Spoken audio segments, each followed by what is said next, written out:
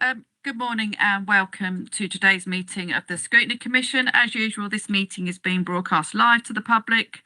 For those not able to watch live, the webcast will be recorded and made available for viewing on the County Council website after the meeting.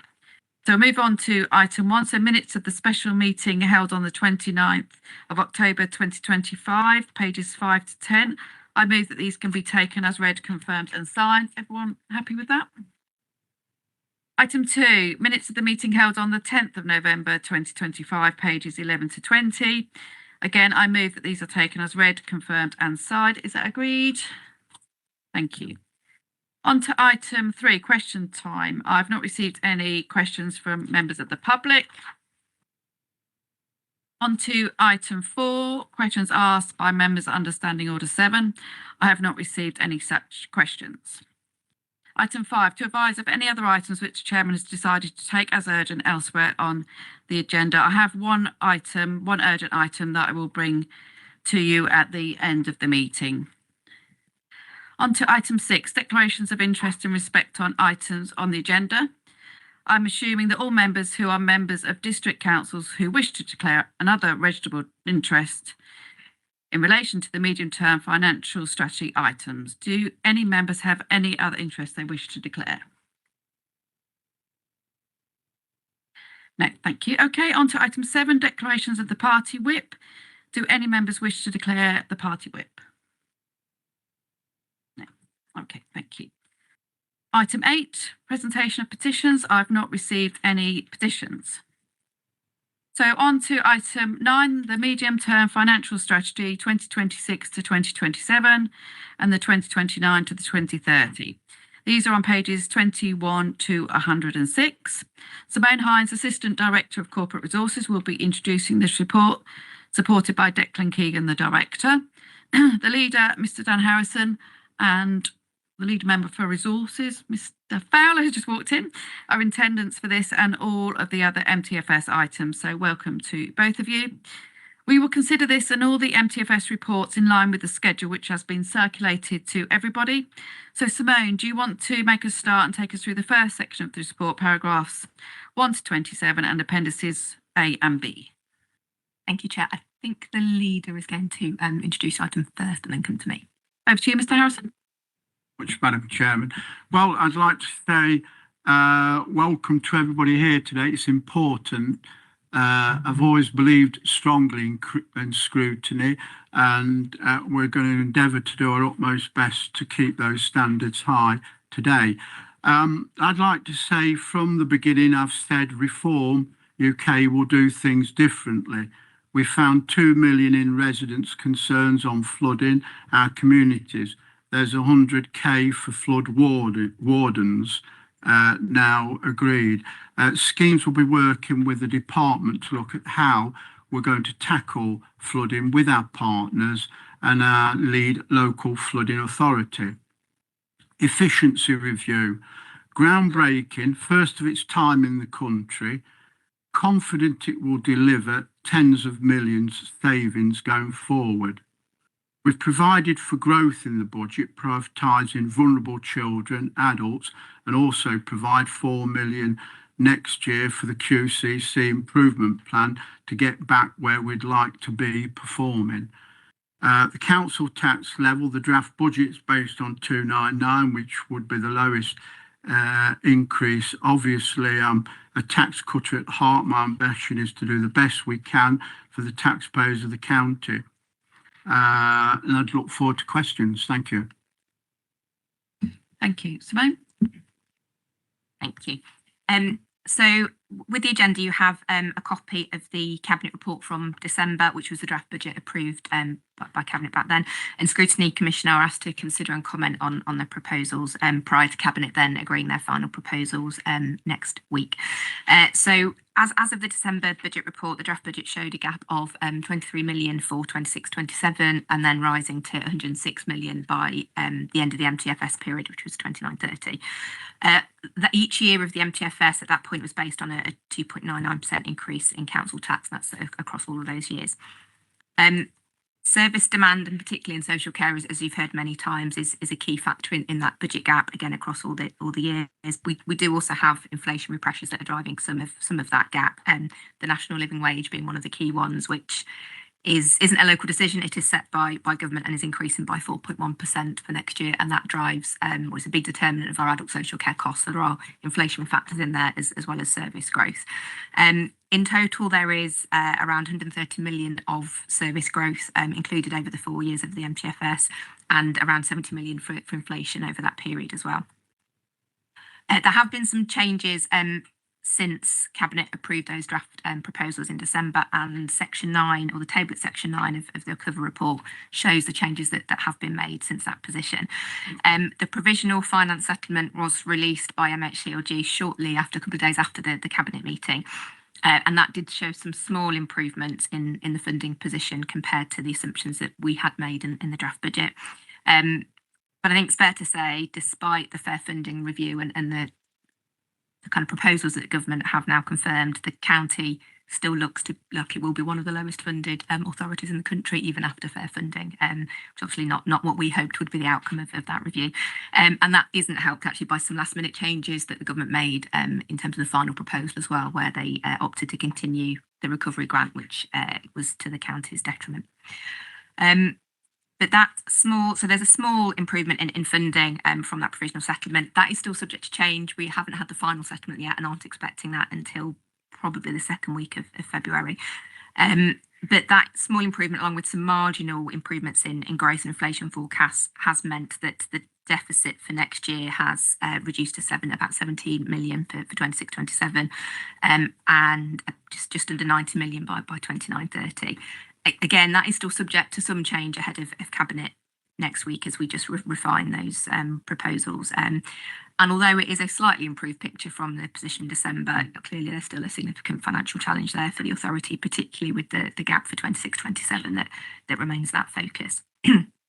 Also, I think one of the other key risks that we've talked about a number of times is the high needs block or SEND deficit that is a particular risk for the council.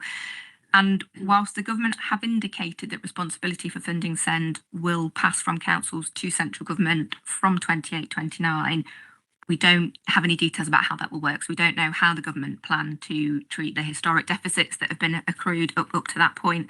And we don't know how the government plan to actually fund SEND from 28-29, particularly given the deficits that authorities are building up and will have grown even more by then. We're not aware that any new funding has been kind of built in, particularly in the DFE control total. So for now, the council has the strategies to maintain the current kind of provision that we had for SEND, because we don't have that clarity from government about what their plans are. And I think the council's strategy has always aimed to have a balanced budget or a small gap by the December draft budget position. So the level of gap that we still have remaining is a more difficult position than we've perhaps seen in previous years, particularly with the gap that we've got for 27-28 as well. And there is still a lot of focus on closing that as quickly as we can. Council tax does remain the most important source of income for the council. Is a really key decision as part of the budget process. As I've already said, we have built in a 2.99% increase in council tax next year and in all years, which for next year generates about 13 million of extra income. A 5% is the maximum allowed. That's the referendum limit that government have set. A 5% would generate about an extra 8.5 million on top of that 13 million, just for clarity. And then just lastly, before I pause for any questions, and then before I go on to the next section, as you're aware, the council is taking action to address that MTFS gap by commissioning the efficiency review. It's still early days, but it is progressing well, and we have built in an initial £1 million saving. That was in the December budget report. That's for reablement saving in adult social care. There is lots of intense work underway at the moment to progress those other opportunities as quickly as possible, and there will be a further update on that in the Cabinet report next week. You have got a full copy of the December report and various appendices at A and B. So I'll just pause in case there's any questions on that section of the report before I move on to the remainder. So that's sort of up to paragraph 27, I think I've covered there. Thanks, Simone. Members? Dr. Bloxham. Thank you, Chair. Thanks, Simone. Yeah, I guess the first question, these are both quite general questions. How confident are officers that efficiencies will be found? We've got this 17 million deficit this year. I know it's early stages, but from what you've seen preliminary wise, do you think there's going to be a good chunk taken out of that with efficiencies that come up during the year? And then the second question is, I mean, the report, we do national pay bargaining, and we're putting in 3.5% rise for that. I don't really want to get into issues around pay freezes and things in terms of, you know, knock-on effects like strike action and recruitment and things like that. But on a purely legal basis and financial basis, is it possible for us to come out of national pay bargaining and save that 9 million? And you know, what would the knock-on effect of that be? The cumulative effect for the whole NTFS, would it be quite substantial? Thanks. I think that there is a process to be able to have to, if the council is considering coming out of the national pay bargaining scheme, there is a process to follow which includes consultation and a significant notice period. So it wouldn't be a statement that we would look to be able to make early on in the MTFS, because you'd have to go through that process. I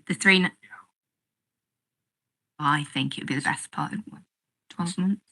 Union agreements. Yeah, it would require consultation and agreement with the unions, and then a period of consultation and notice with employees as well. So if we started it now, we could potentially do it next year, which would be 9 million off, or potentially more than that, because the pay would have gone up in the meantime.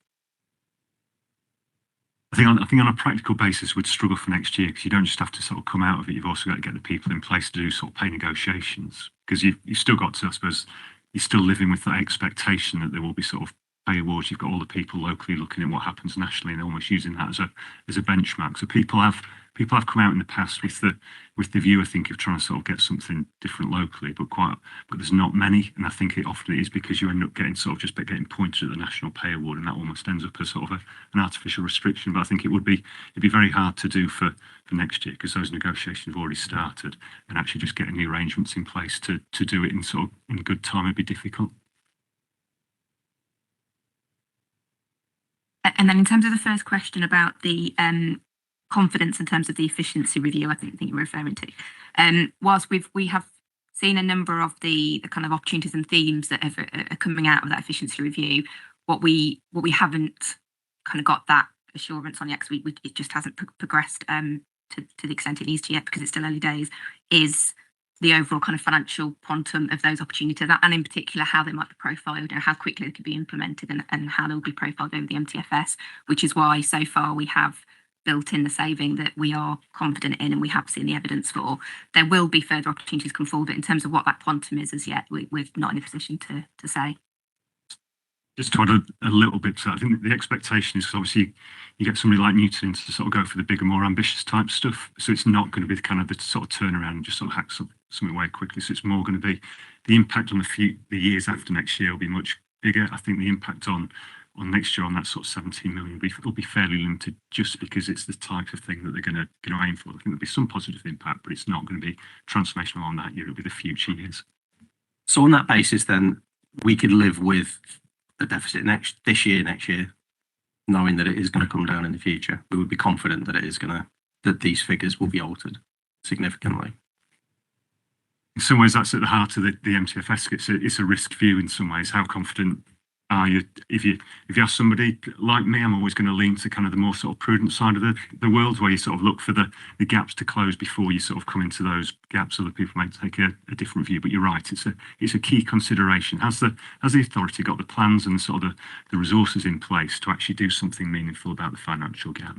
I get that with prudence, but bring your question through the chair, please. It's not a conversation. Okay, sorry, Chair. I just think as well we need to balance it with the fact we've got a cost of living crisis, and you know we've got a lot of taxpayers. And we need You've to made your point and got your answer. So, Mr. King. Thank you, Chair. What I wanted to ask about, thanks for the presentation, Chair, is that Mr. Harrison, you've stated a few minutes ago that you're confident that tens of millions of pounds in savings are available to us. Now, my question to you, if it is that obvious that tens of millions of pounds in savings are available. And I just remind you that back in September, at a previous meeting of this committee, you actually stated that you knew where the big savings were, and that in the appropriate time you'd tell us where they are. I have read the report. I can't see where they are. I've sat in meetings. No one's come out and told me where they are.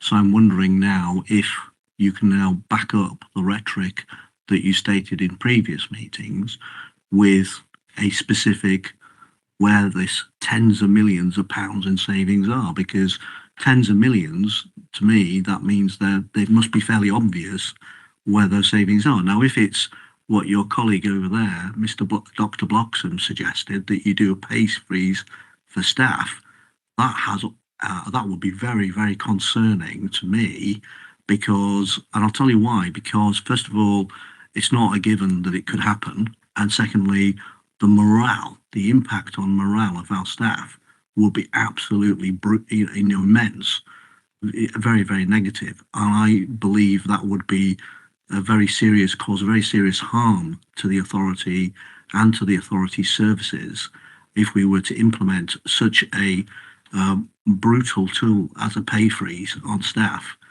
given that Dr. Bloxham again has just mentioned that he believes there's a cost of living crisis. So I presume that that's also your view, that there's still a cost of living crisis, in which case offering staff a pay freeze and dropping them out of the national pay bargaining, I think that will be extremely negative. So I'm just trying to understand if this is your thinking as leader. I'd be very grateful for your answer. Thank you. Deborah, Chair, before the leader responds, can I just clarify that was my thought only and it is not came from Sure, Mr. Harrison can answer for himself. Thank you. Mr. Harrison. Chair, no, to answer Mr. King, no, we've never discussed that. No, I listened to my colleague, and obviously he has a very adept mind and searching thoughts from time to time, but we've never discussed that, and it's never been anything that I've discussed with any of the officers either. So just to clarify that. So I've never discussed it. I've never thought of it. I've never mentioned it to Declan and the team or any officers or the chief or anybody. So, please don't worry about that. Thank you, Chair. If I could just ask you, though, you stated earlier you're confident about tens of millions of savings can be achieved. A previous meeting in September last year, you said you knew where the big savings were to be had. We asked you where they were. You said you couldn't tell us at that time, but you would when the time arose. I'm asking you now, are you able to confirm where the big savings are that you previously indicated you knew where they were?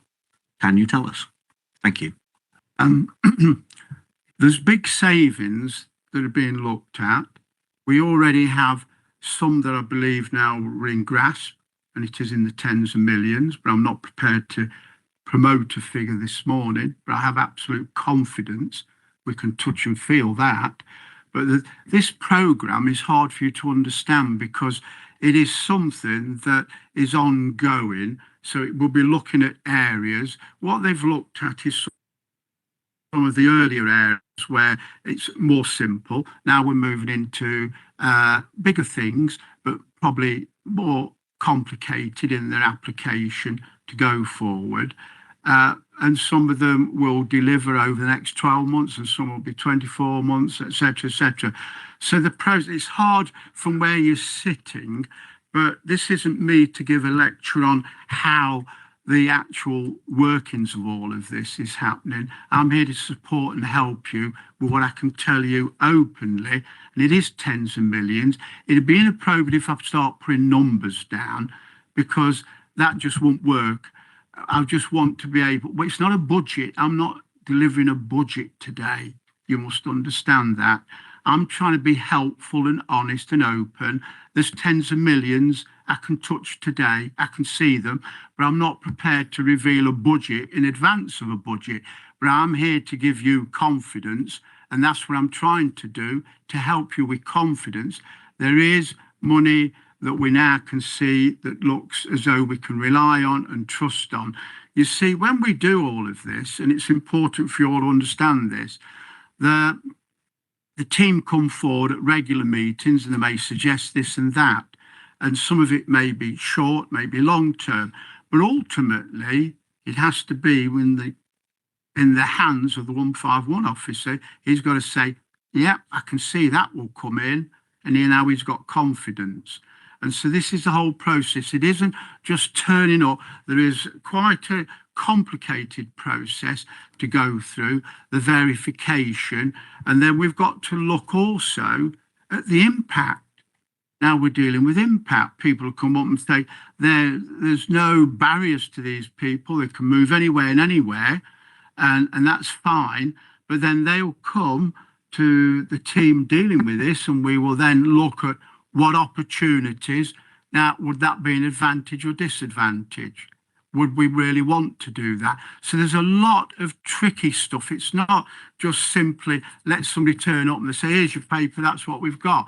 We've got to agree every process. I've got to be responsible to my team and this council, what we do, what we agree.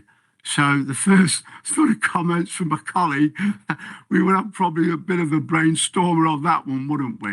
So, you know, we deal with difficult ones and we've got to be able to process it and see how would that affect the efficiency is money, but is it going to affect the process of the council? Is it going to process services? Because I've given a pledge that we will never do anything to damage services. So that's where we are. It sounds complicated. It is, but it isn't. In simple terms, they're going through the process. They've now delivered what I believe is the starting point. It's very good. And they're going on to more difficult ones, which will take more time and concern in how we deal with it and if it's appropriate for us.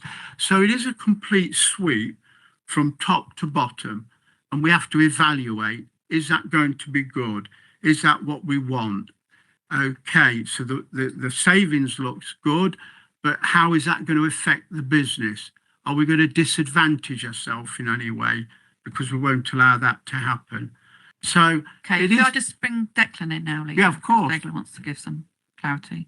Just ever such a quick one, just in sort of about areas of savings. We had the cross-party working group on Monday, and we shared their sort of the main themes and the areas of investigation. So we're happy if it hasn't been done already, that sort of if that wants to get shared amongst groups, just help members' understanding of the different types of things that the sort of the consultants are considering with officers. Yeah, I haven't got a copy of that, Declan, so if you can make sure I have a copy of that, that would be helpful because I couldn't make the meeting because it got changed to a date I couldn't make. Yeah, very quickly, Mr. King. So thank you for your response, Mr. Harrison. Could I just then ask Declan then, do you share the confidence of the leader that tens of millions of pounds in savings are within grasp and are going to be deliverable in the next year to bridge the MTFS gap? Because that's what I've just understood the leader to say, and I'd just be grateful if you share his confidence in what he's just said. Thank you.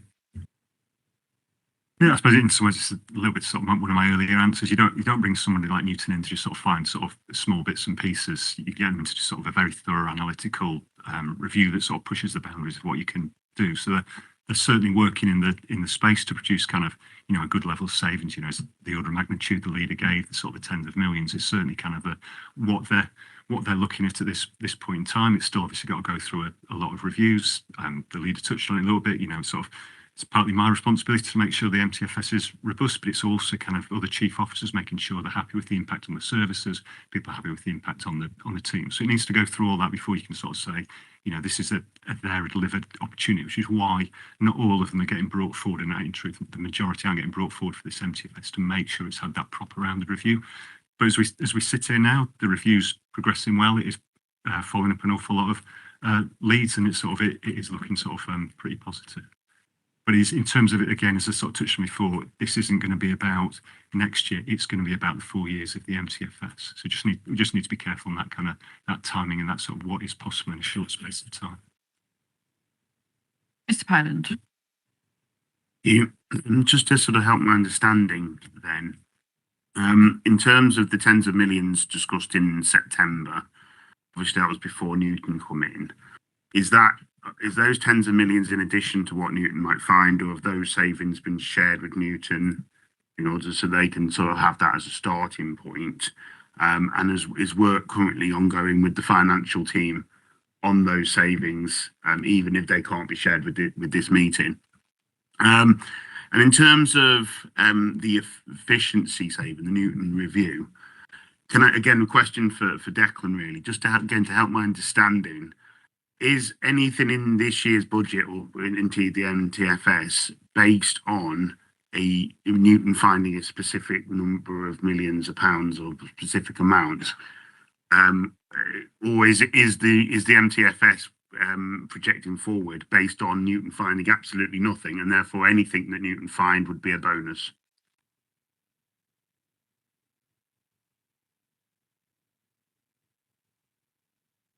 So at the moment, if you remember from sort of this sort of December report, there's £1 million additional that got put in at that point that relate to sort of the initial sort of Newton investigative work.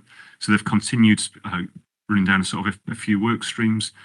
We're expecting, when we release sort of the cabinet report later this week, to have sort of a couple more sort of areas being put in. One's a relatively small one around sort of fees and charges, where it's just a bit of a review of sort of where things have been done, but it is on a relatively small sort of scale of things. But they're starting on the re-ablement type work, and they expect to be able to sort of, we expect that to be expanded by sort of probably another couple of million, or maybe, is it 2-3 million?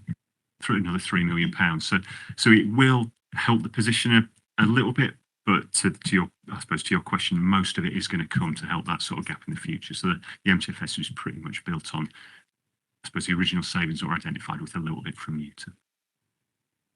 Mr. Smith. Thank you, Chair. Just sort of trying to process the last 5 minutes of what the leader was saying there, because I don't think that we actually got an answer to Mr. King's question. And that was basically, again, back in September the 14th at the meeting, you sat where you are now, and you did say you knew where they were, this tens of millions of savings.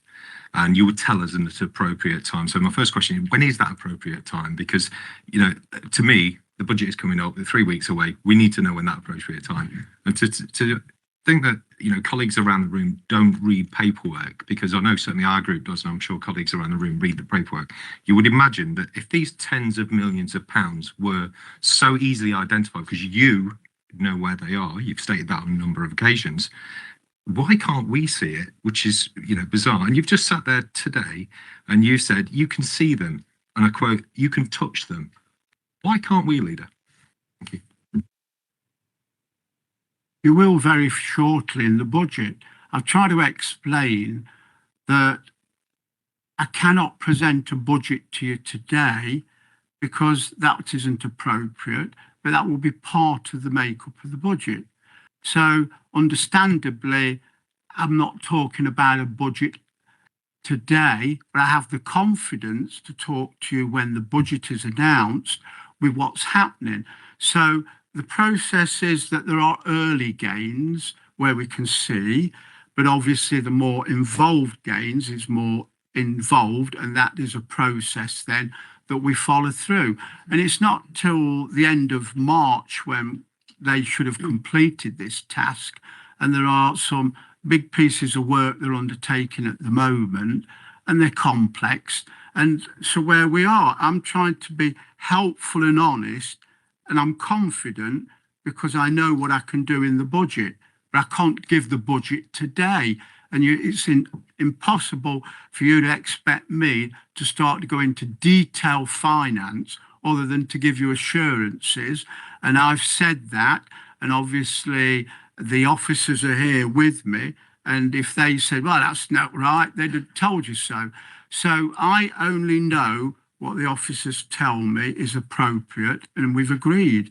And we also have these meetings that you attended only a few days ago, and it was fairly open and honest, and we went through different various events, procedures, what would happen, and I gave firm undertakings that at no stage will our services ever be in jeopardy. We'll do everything we can to strengthen services, but we will not affect the services. I have a strong belief that we're elected, all of us, to serve the people and provide them with services, not take them away. So that's my principle. I stand by that, and hopefully you'll be pleased by the date of the budget. If this was something that didn't implicate the budget, that'd be different. But this is all about the budget. Well, we can do it. If this was another time and the budget wasn't in question, well, then that would be totally different. But, you know, and there will be after the budget findings, which I hope we'll be able to discuss with you and explain, because, you know, we believe in openness, and this is the reason why, if we're meeting regular with leaders, talking to people, answering questions with the officers present, it's there. But I can't just go beyond the controls and the ability of the budget to expose what the budget would encompass. But I wouldn't lie, and I don't lie. And the truth is, yes, there is availability and it's growing. And we're looking at some really important pieces of work that will help strengthen. And as our 151 officers already indicated, some of this will drop in time. So it isn't sort of fill the pot, but what we've got is a budget coming forward, which I think I'll be very pleased to produce and be able to detail some of our savings and some of our abilities to be able to make decisions, which we will be. But it's hard to sit where you are. It's hard to sit where I am, because I can't do a budget today and you're all saying, oh, come on, tell us. But I can't. And you know you can't expect me to. So I'm trying to be helpful. Yes, we can see it's a success. Now, I could have just said that to you to simplify all of this for you. Yeah, the success, we can see it. I've tried to open your minds that it is fairly substantial at the moment, which I'll be deploying in the budget. So I cannot breach that rule that I'm not about to announce a budget today, but I'm giving you confidence. The work is progressing for me to be able to say those words to you. And it's been thought out how I express those words. And it is in that order, tens of millions. Can I just clarify? Today's Wednesday. The Cabinet meeting is on Tuesday, where the budget will be approved to go to full council. So we're 5 days away. When will the papers be issued with your actual budget for next year? So we are in the budget making process. So I'm not sure why you can't share at the moment what's going to Cabinet on Wednesday and what savings are included in that. Can you just clarify the timings for me, please? We are aiming to circulate the papers tomorrow. Part of the reason they're not gone out yet is because we're waiting for the scrutiny meetings to complete so that we could include any feedback in the report. But the aim is to circulate tomorrow. So the budget paper is written, has obviously been through the leader, I presume, and Cabinet, whatever. And you're just going to add comments from today to it to publish tomorrow. So what the leader's saying is not quite correct because the budget has been produced. It is still, we are still working on that report and the final position. And there are some potential changes that might need to be made for that, as I've mentioned earlier, around any further risk that we expect from the final settlement. Although, as things stand, we don't actually expect the settlement now before Cabinet, but the budget Before tomorrow. Did you want to come back, Mr. Smith? Yeah, if I could, thank you, Chair. I mean, I'm still trying to get my head around this because it wasn't so long that the previous lead member for finance sat just where Mr. Fowler is now and stated that they were going to bring Doge in to save all these moves. And the leader has repeatedly stated that he has tens of millions of pounds and he knows where they are. He can see them. He can touch them. We can't see them in any paperwork that this council has produced, which I still find absolutely unbelievable, to be fair. And, if he knows this, why have we employed Newton? That to me, why would we employ Newton if he knows where they are? Yeah. It seems to me a waste of taxpayers' money. If the leader knows where these tens of millions are, where are they? Thank you. Declan? just feels worthwhile just, I suppose, clarifying the sort of the next steps in the budget process. So the expectation is the Newton driven savings will be sort of the order of magnitude that was sort of touched on before, sort of a shade over 3 million on top of the million we've already got for the reablement side of things, and a small amount of money for the fees and charges. That's the expectation that will go forward to Cabinet on for the Tuesday meeting, that will then get sort of recommended towards the County Council for debate and approval. The Newton review itself, the forecast timelines for that at the moment is sort of the leader has said is March, and that's where the kind of the full sort of revised sort of new transformation program will come, where it's bringing everything together, existing savings, new savings for Newton, and that's where we'll sort of get that sort of full clarity of what's going to be the impact of them on the organisation over the next few years. So just wanted to clarify those points. I mean, in terms of those savings developments, the Newton have worked with both officers and the sort of the administration as well to just sort of make sure that they do pick up all the various ideas that are kind of being circulating, so we don't end up with a Newton plan, a sort of, I don't know, an existing LCC plan, that we do end up with an integrated plan that does get, I suppose it just gets everything off everybody's chest about this is where they think the potential sort of ideas or the savings are, and we can get it in, so we've got one coherent plan that can kind of sort of, then go forward for implementation. So from what I'm just hearing from Declan, Mr. Harrison, you can't see the tens of millions of savings. So do you just want to set the record straight that you don't actually can see tens of millions of savings currently in the future budgets for the following years? Yeah, I do see those tens of millions.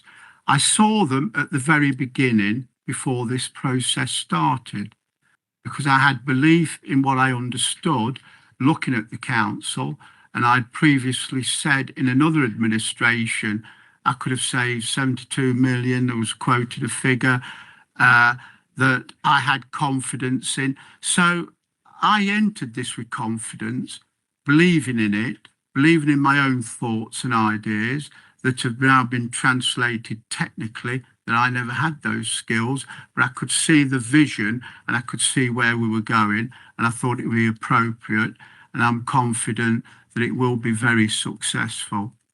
Okay, so it's a vision, not actual money you can see. I'm going to move on from this because I don't think we're going to get a clear answer. Declan, I just want to double check I've read the current report right, that we've got a budget gap of 17.3 million next year, and then in 27-28 we've got a gap of 40 million. That's based on a 2.99% increase. Is that correct? And that's with an additional £3 million that we think we've got from the provisional government spending that we've been allocated. The gaps are correct, and the council tax increase are correct. We got a bit more from the government, did we? And then it does incorporate the amount from sort of the government settlement, but it is a bit more than £3 million. But yeah, there's been all sorts of grant movements around, which is making a bit of a mess of the figures. But yeah, that's correct. So we didn't really come out of fair funding very well at all. Then it's just a few million here and there, but no substantial. Where I know other county councils have had quite substantial uplifting in their funding, but we haven't. Just to clarify, the table in the report is the change between our assumptions that we'd made in the December report and the actual provisional settlement. So we'd already assumed some uplift in funding in December, and then the provisional settlement gave us a little bit more on top of that. So the overall increase in funding from the fair funding review, it isn't just the 3 million. There was some uplift that we'd already assumed. It's just a change in the something kind of final position. Are there any further questions on this section before we move on? Mr. King. Yeah, if I may, I'll just move on to a slightly different part of this. I just want to talk about business rates.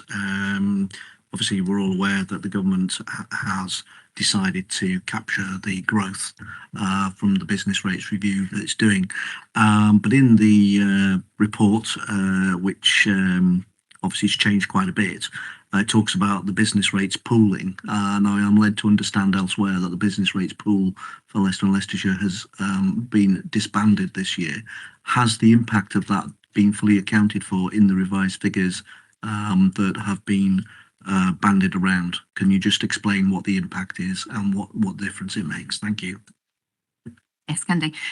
So when we were updating the MTFS previously, we had assumed then that the pool growth would be at risk, so we had taken out the pool growth. In fact, I think in previous years we've because the pool growth is dependent on on growth across the county and is not in the council's control. We have always tried to use the pool growth to fund kind of more kind of capital one-off investments. And I think the pool agreement does require it to be sort of focused on economic development areas anyway. So the MTFS had already removed the impact of the pool growth because we were expecting that with the changes to the business rates retention system, that the pool was unlikely to continue. And even if it did, the level of growth that the pool would be able to retain would not be anywhere near the level that it is now. So there is no further detriment to the MTFS from the pool not continuing because we'd already taken that money out at a much earlier refresh position. Okay, I don't think there's any more questions. Very quickly, then we're moving on. Have you just assumed the pool growth, sorry, the business rates pool is for the 1 year? It's not going to happen and be reinstated the year for the remaining years of the MTFS. So can you just clarify that? Thank you. We haven't included any pool growth at all in the MTFS. Okay, Mr. Harrison, can you turn your microphone off, please? Okay, Simone, do you want to move on to the next section? Thank you.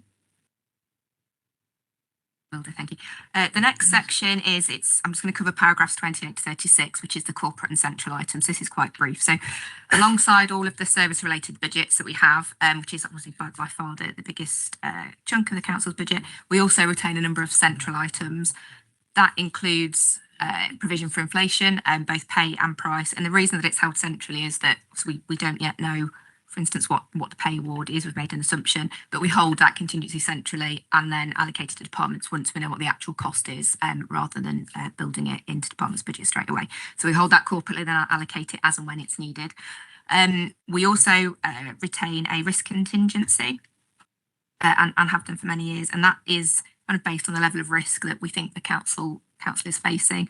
And I think that risk contingency is even more important at the moment, given the level of risk we have from the MTFS funding position and that kind of increased level of growth and demand in the future.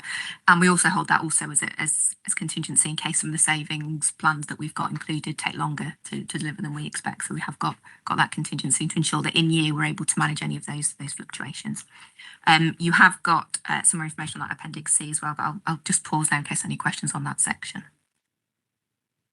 Can I just ask straight away, obviously that 8 million that you've got in the risk contingency, that's to cover all those pressures that you've highlighted there, but it's not even touching the current deficit in the general fund, isn't it? So is that risk contingency going to be enough to cover us those risks? The risk contingency is there, Marty, it's to cover in year changes of assumptions. So obviously we make a projection around how we think adult social care or children's demand might change in the MTFS. But that is it's a demand-led service, so there will be changes to some of those projections, I'm sure, as we go through the MTFS. So that contingency is there largely in case any of those growth projections are not quite sufficient. If any savings aren't delivered in the way that we expect, or perhaps if inflation, say if the pay award is higher than we expect it to be, then that the risk contingency might cover that. It's not there to cover the kind of projected deficit in future years. It's to manage any in-year pressures, really. But obviously, we've seen last year the pressures on adult social care and children's social care. The growth has been, off the scale compared to other years that we've had. So I don't think that 8 million is going to even cover a bit of that. So that's going to be wiped out pretty much straight away with the growth, because we haven't got enough money in the growth, have we, to cover the growth that we might expect or might come. We have already, so as part of the budget, the 130 million I think I referred to, so we've got 130 million of growth already in the MTFS. So we've looked at what we expect those demand and cost projections to be across children and adults and have already built that in. And I said I think it's 131 million over the 4 years. That 8 million a year is, I guess, extra contingency in case some of those growth projections, which are already, as prudent as they need to be, in case that they are found to be a little bit short of what we expect to need. I think the last couple of years, although there have been pressures, particularly in children's, we've had some underspends elsewhere, so we've actually been able to manage some of those social care pressures during the year without needing to fall on the risk contingency. But obviously they are volatile budgets, and we can't guarantee that it wouldn't be needed in future years. Okay. Any other questions on this section from members? Mr. King. Yeah, thank you, Chair. Thanks for that, Simone. So I'm just really following on from what you said, though, Chair. 8 million. So we've got currently still got a gap of 17.3 million deficit in for next year. It's still unclear how that's going to be covered off, because we've got savings that we can't deliver before March, or we won't know what they are. So we don't know what they're going to be, whether they're deliverable or not in the year. So is there a danger that this 8 million we're actually going to need immediately to cover off the gap of 17.2 million because we haven't actually got any other money to bridge this deficit? I'm just trying to understand, and just to pick up a point the leader made previously, the whole point of this is budget scrutiny. So if we haven't actually got the budget to scrutinise, it is a bit of an oxymoron situation.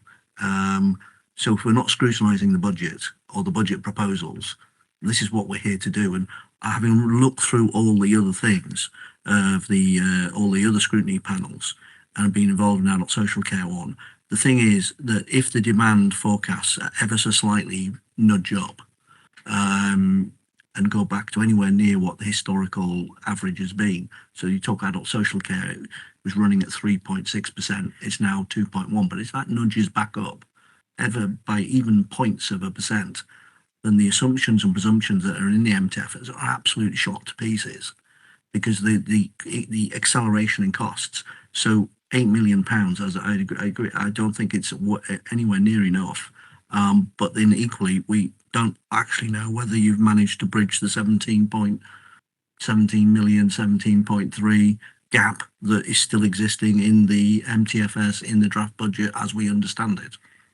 So that's where I am, Chair. Thank you. I'm wondering if you can shed any more light on how this gap is going to be bridged. Thank you. So the council does have, as you're all well aware, the council has to set a balanced budget, and a balanced budget will need to be presented to cabinet next week. The first call to identify opportunities to bridge that gap will be either further savings or reviewing council tax. Ultimately, though, if there is still a gap to be funded, we would have to look at using reserves, and the council does retain a budget utilisation reserve to do that. There are a couple of issues with that, though. A, use of reserves is not sustainable long term and shouldn't be a default position. And B, they can only be used once. And given that we've got a gap in all years of the MTFS, obviously building gaps, there would be a concern about what the solution would be once those reserves were used for the first year. Can you just clarify how much reserves we've got that are available to fund a budget gap starting from the beginning of April this year? So the council retains a budget equalisation reserve, and the strategy is to keep 2 years worth of gaps in that reserve to enable the council to kind of plan budgets appropriately. As at the end of this year, we expect the budget equalisation reserve to be around, I think the latest projection is about 48 million in that. So that doesn't cover the next 2 years gaps then, because you're 17.3 for this upcoming year, 26-27, and 40 million for 27-28. So there's not enough in the budget gap, like utilisation budget, to cover those two gaps without substantial savings or service cuts to balance the budgets. As things stand, yes. Mr. Poland. Yeah, Declan, sorry. So I just pick up on that one. That is one of the things that Simone mentioned, still looking at the numbers. It's just sort of seeing whether we can sort of get that 2 year position, because that is important to us from that sort of financial kind of security point of view, that we've got 2 clear years so that you've got enough time to react and do things with. So that is one of the things we're sort of still looking for. It's a bit easier than sort of the saving and service cuts, because it's a one-off money. So although that's why it's kind of slightly hopeless for propping the budget up with, also it does make it easier when you do need to sort of find it temporary, because you're only having to find it once. And the other point that got raised about the growth side of things, it is, this is a sort of, I suppose, we create the growth, it's sort of an officer's sort of technical thing, as opposed to sort of it's a political sort of growth item. So it is the best endeavours to try and find that balance between kind of not something that's so prudent that it just creates an artificial gap in the budget, but at the same time not something that's so aggressively optimistic that it causes sort of short-term problems. So just to give you a bit of assurance, it is kind of done sort of pretty independently by sort of people who are very close to the service, working with the service manager to give that best view of the future as well as it can be. And an awful lot of the growth hasn't been incorrect in previous years because the assumptions were incorrect. It's because something has come along that has caused us to have to take a different view. You know, the CQC inspection is a classic example of that, where we have to take a different approach in year because, I don't know, the history wasn't a good sort of predictor of the future, as it were. So just give you a bit of assurance around that as well. Sorry, who was indicating? Mr. Poland. Thank you very much. In terms of, obviously, we talked about the use of reserves sort of to bridge this year. How many more years would we be able to use reserves for to bridge gaps based on these figures before we ran out of money? And what would happen if we got to that point where we had no reserves at all and still had a budget gap? Appreciate Newton obviously will find savings, and good luck to them, and genuinely hopefully find the 106 million.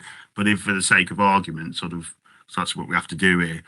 If that was to happen, how many more years could we use reserves for before we're down to zero? And what would happen then if we had no reserves and still had a budget gap? Like in terms of the budget equalisation reserve, which is the reserve that we hold as that sort of MTFS cover, that has sufficient to. The strategy is to have sufficient there to cover 2 years, which it doesn't have at the moment. So we would exhaust that reserve before we were able to fund the 27-28 gap. The council holds other earmark reserve, but they're for specific purposes. But I think if before we got to that point, actually, we would be saying use of reserves is not a sustainable long-term solution anyway. So rather than looking at how many years worth of reserves cover we've got before they would be exhausted, we'd actually be looking at what do we need to do to make the budget sustainable, and where can we find additional savings or funding, rather than the reserves position being the default option to balance the budget anyway. So I suppose we're all hanging on and winging a prayer that Newton find these tens of millions that the leader can see and touch. And if that doesn't happen, then we're in serious problems here. Is what I get from those comments. Mr. Poland? Yeah, just to clarify that then, do we know what ballpark we're dealing with that Newton will need to find in order that the reserves won't be exhausted? I'm not looking for a specific figure, but if they need to find more than 10 million, more than 50 million, more than 100 million, below which actually we've still got a problem.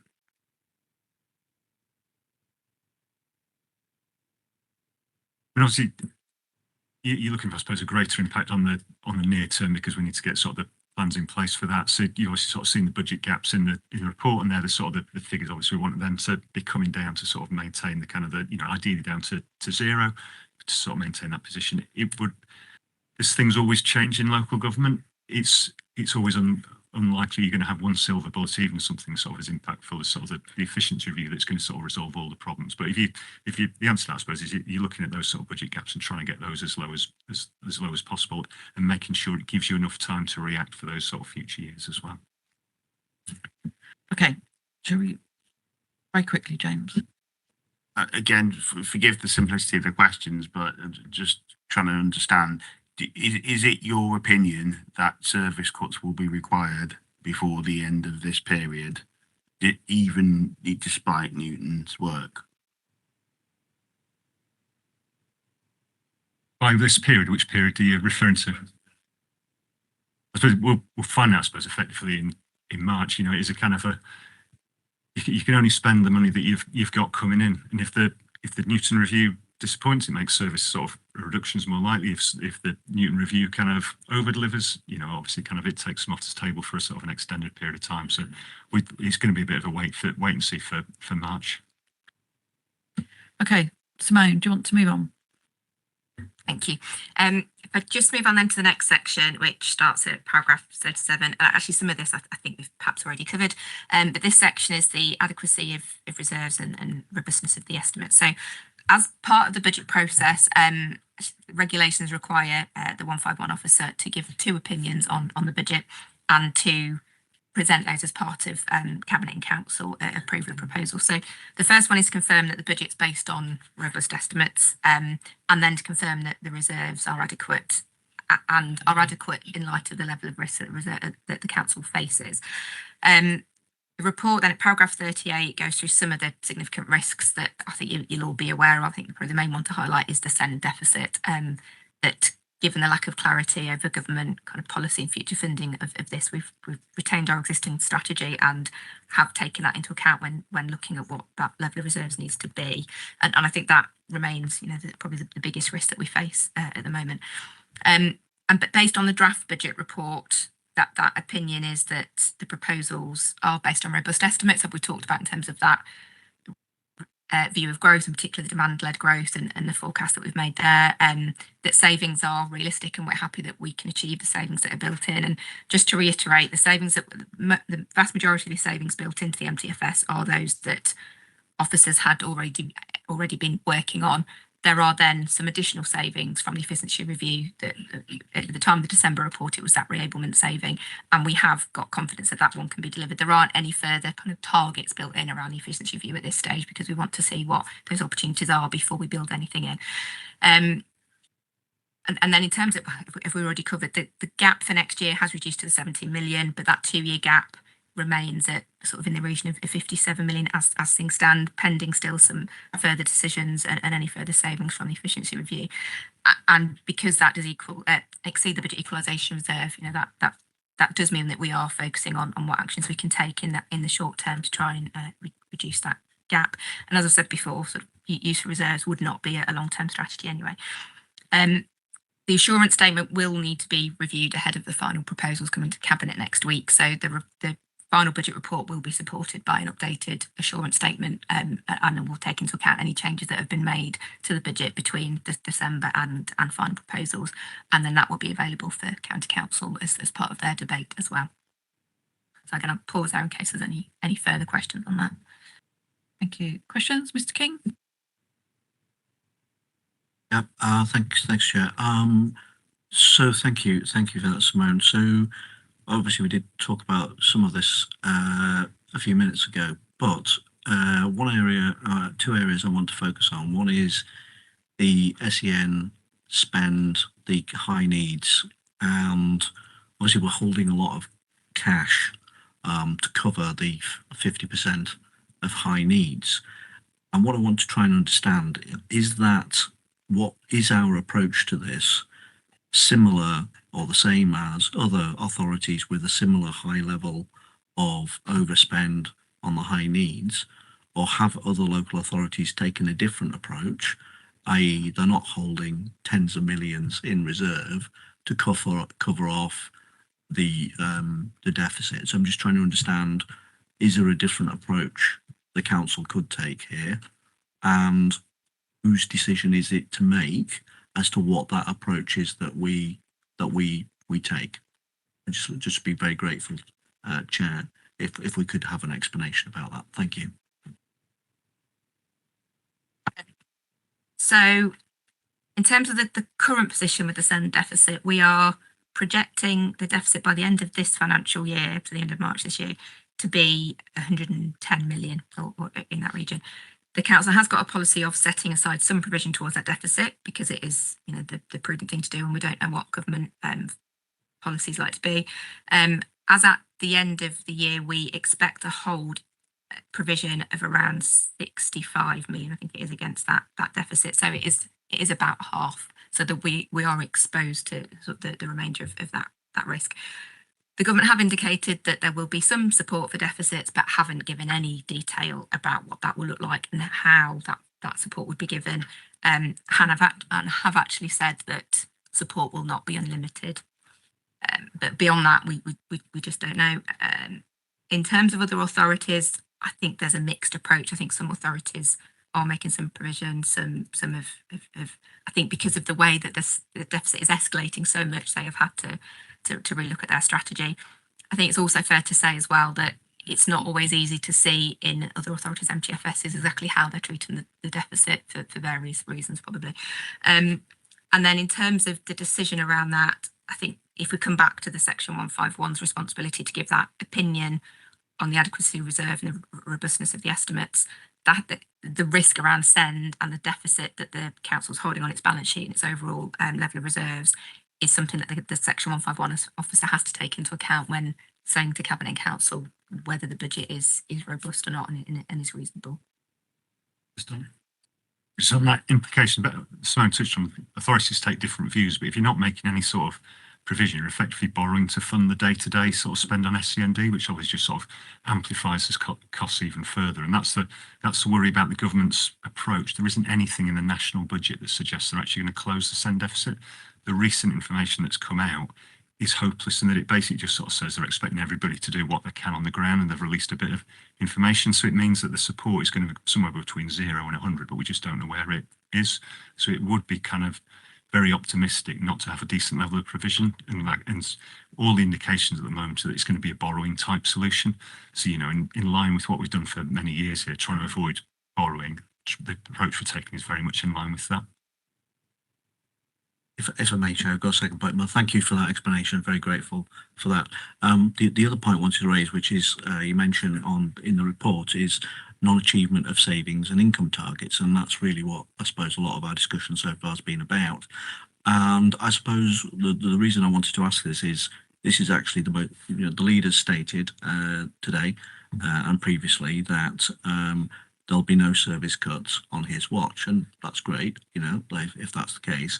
But if we don't achieve the savings and income targets, and at the moment we don't understand how we're going to achieve this 1 year, let alone the 2 year MTFS gap, so what then for services? What does that actually mean? And what I've not got any sense of from this at the moment is how, you know, what happens if Newton don't come up with the tens of millions of pounds in savings that are deliverable in the time frame that you're hoping. And it does feel that this is a MTFS of hope, based on and hope we're going to find things, rather than anything solid. And I am a bit concerned about this, more than a bit.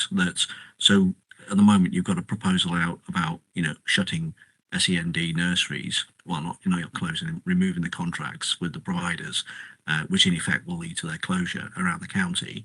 Although that's not actually identified as savings from what I can remember reading about this. But if to me that is a service cut indirectly. But so I'm just trying to understand, is that sort of more of what we can expect to see in the efficiencies that you're looking to achieve? Because, you know, we are talking about some real cuts here. If you can't find the savings and income targets, that clearly we need a lot of money and we haven't got the money at the moment. So, you know, and reading the scrutiny, you know, reports and reading what the other scrutiny panels have said, and they were literally all saying, you know, there isn't anything, we can't see anything. So if that's the case from all those sort of specialist committees, what happens then if we don't achieve savings and income targets? What does it mean? And I'm just trying to, if you be very grateful, if you could, I know you might feel you're going over the same coals again, but this is really the actual heart of this MTFS is what happens if we don't achieve and come up with a balanced budget that by law we're required to achieve. Because that's fundamentally what this is about, isn't it? We have to have a balanced position for the budget. And at the moment, you've stated that we haven't got the money to cover off the 2 year gap. But we're hoping we're going to find it. Please explain how we're going to do this. Thank you. So the budget proposal will be balanced for next year. There's not a shred of doubt in my mind around that. So, you know, to give members assurance, because that is where you sort of get into real problems as a sort of a local authority. So next year, the proposals will be balanced for a balanced budget. It necessitates the use of reserves, which isn't great, but it will be balanced nonetheless in terms of sort of that, the technical sort of legal requirements of the organisation. We'd never do an MTFS on you miss all your income targets, you don't make your savings, and your growth is sort of higher than you expect, because that's just sort of providing a worst case scenario. We always try and present something that does tilt to the prudent, because it's better to have a little bit of money in your pocket rather than just everything sort of built on sort of optimism, because it's easier to deal with good news than it is with bad news, if that makes sense. We always try and present a balanced budget that if you move the dial on everything to be sort of absolutely prudent, it's a self-fulfilling prophecy that you can't afford anything. And it is always a case of if plan A doesn't work, well, you've got to sort of then start to look for plan B, and if that doesn't work, you sort of move on to plan C, because local government's been in this position for sort of 20 years now, and it has been a succession of we think we're getting there. Something in the external environment changes, and we've got to replan and move forward again. It's just fact of life of being a council, unfortunately. Just want to say, well, thanks for that, and thanks for confirming that we're going to have a balanced budget for the council, and you're going to be using reserves to ensure that happens. Thank you.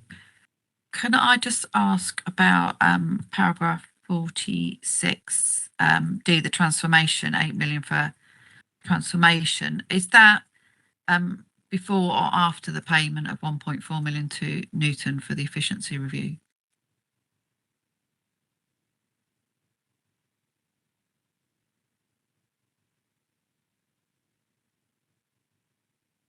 They're the balances projected at the end of March this year, so 31st March 2026, which will have taken into account the payment to Newton, because that's the reserve that I think we plan to use for it. So I'm fairly sure that will be after taking into account that payment. So we've already paid Newton out of this year's finance, and that's what you've got in the budget for next year's transformation project.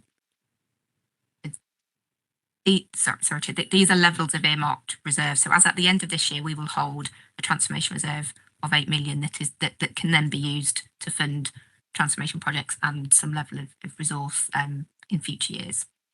But we haven't got to pay Newton out of that 1.8 of that 8 million. We haven't got to take out another 1.4 million for Newton. We've already paid them, have we? Yeah, well, we will have done by the end of the year. Okay. Obviously, the work hasn't yet been complete.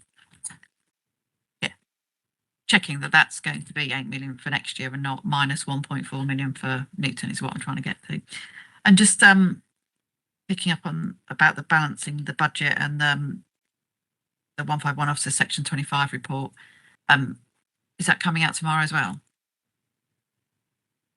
Yeah, so that's your assurance that the budget is balanced and how we're going to plug the 17 million pound gap that we've got. So that'll be published tomorrow, will it? Yeah, it will do. The assurance statement is that sort of the assumption is reasonable. We've got adequate reserves, to sort of deal with sort of unforeseen events. When the budget comes out, it'll be clear that we're having to sort of balance the budget next year with reserves. Thank you. For any other questions on this section from anybody? No. Okay. Do you want to move on then, Simone? Thank you.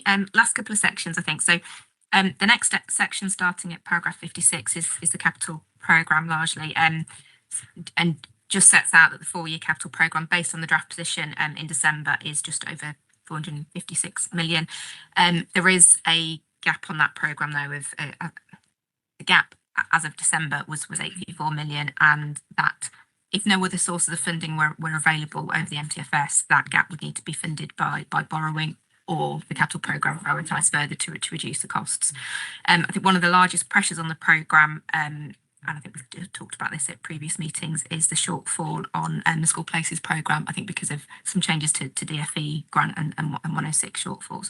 So we have used some council funding to close that gap.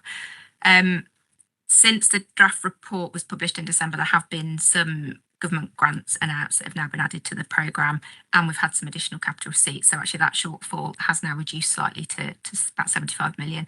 And we have factored in any sort of impact on the general fund in terms of reduced borrowing costs already in the MTFS position.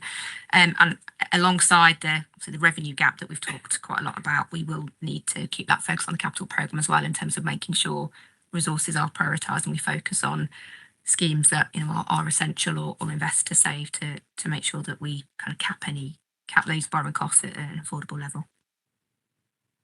But again, pause there in case any questions on the capital section. Just one from me on that. Paragraph 61 about the capital programme. Is there still a 200 million pound gap, but we've got 46 million already from section 106 in the pot? So what is the gap that we've currently cut for capital programmes? The total gap is as I've just mentioned. So as of December, it was 84. We have managed to close it slightly because we've had some additional capital receipts and other funding. So it now stands at 75 million, I said, wasn't it? And when you, that is the overall gap on the total capital programme. And that's over the next 4 years. Yeah. So borrowing, was that going to be internal borrowing, or are you looking at external borrowing now? Well, I think we would hope to be able to reduce that shortfall further anyway, either by identifying further capital receipts or looking to where we can kind of cost engineer some of the schemes. If ultimately we do have to borrow to fund the programme, we would look initially to try and finance that internally if we've got the cash balances to do so. If cash starts to get too tight, then we would have to externalise it. I think actually the SEND deficit might play quite a big part in that decision about whether we can borrow internally or externally. But we'd always look to do it internally first, but it would depend on cash balances at the time and kind of cash forecasts in the future. Any other questions on this section? Mr. King? Yeah, thanks, Simone. So we've got a £75 million capital gap, yet we're investing 43 million in the Invest in Leicestershire capital programme. I'm just wondering whether that's actually appropriate to do that still, given we've still got this gap in capital funding to actually fund infrastructure for services and service things that we need to do. I understand, the Invest in Leicestershire programme. It's all about generating return, but equally, some of these schemes we need to deliver, Chair, they're important because we've had a lot of growth in housing, and we need to ensure that our communities have got the right infrastructure, whether that's roads, whether that's schools or other facilities. Instead of us putting it into an investment fund. So I'm not quite sure whether that's the right approach. I know we've done it for a few years, but given the financial situation, is that the right approach to carry on with in the short term? And yeah, that's what I wanted to ask about. Yeah, thank you, Chair. Thank you. So the ILP programme has two benefits. So as you've mentioned, Mr. King, it does generate an annual income stream that then goes back indirectly to help support the overall budget. I think it is approaching 9 million per annum sort of revenue income every year that goes back into the general fund. It also does generate some capital appreciation as well. So some of the investment portfolio will also be growing in value, and there then will be benefits in the future if we decide to, say, dispose of those assets at a point that they've appreciated. That extra value would be realised by way of additional capital receipts, for instance. That could then go back to fund the capital programme.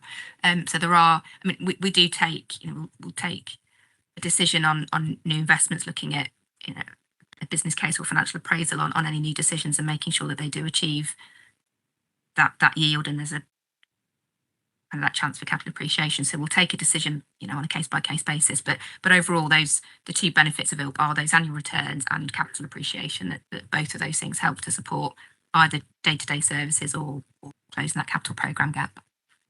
Thank you. I'd be interested in Mr. Harrison's view on the ILP and what your views are on that and what we should be doing about that.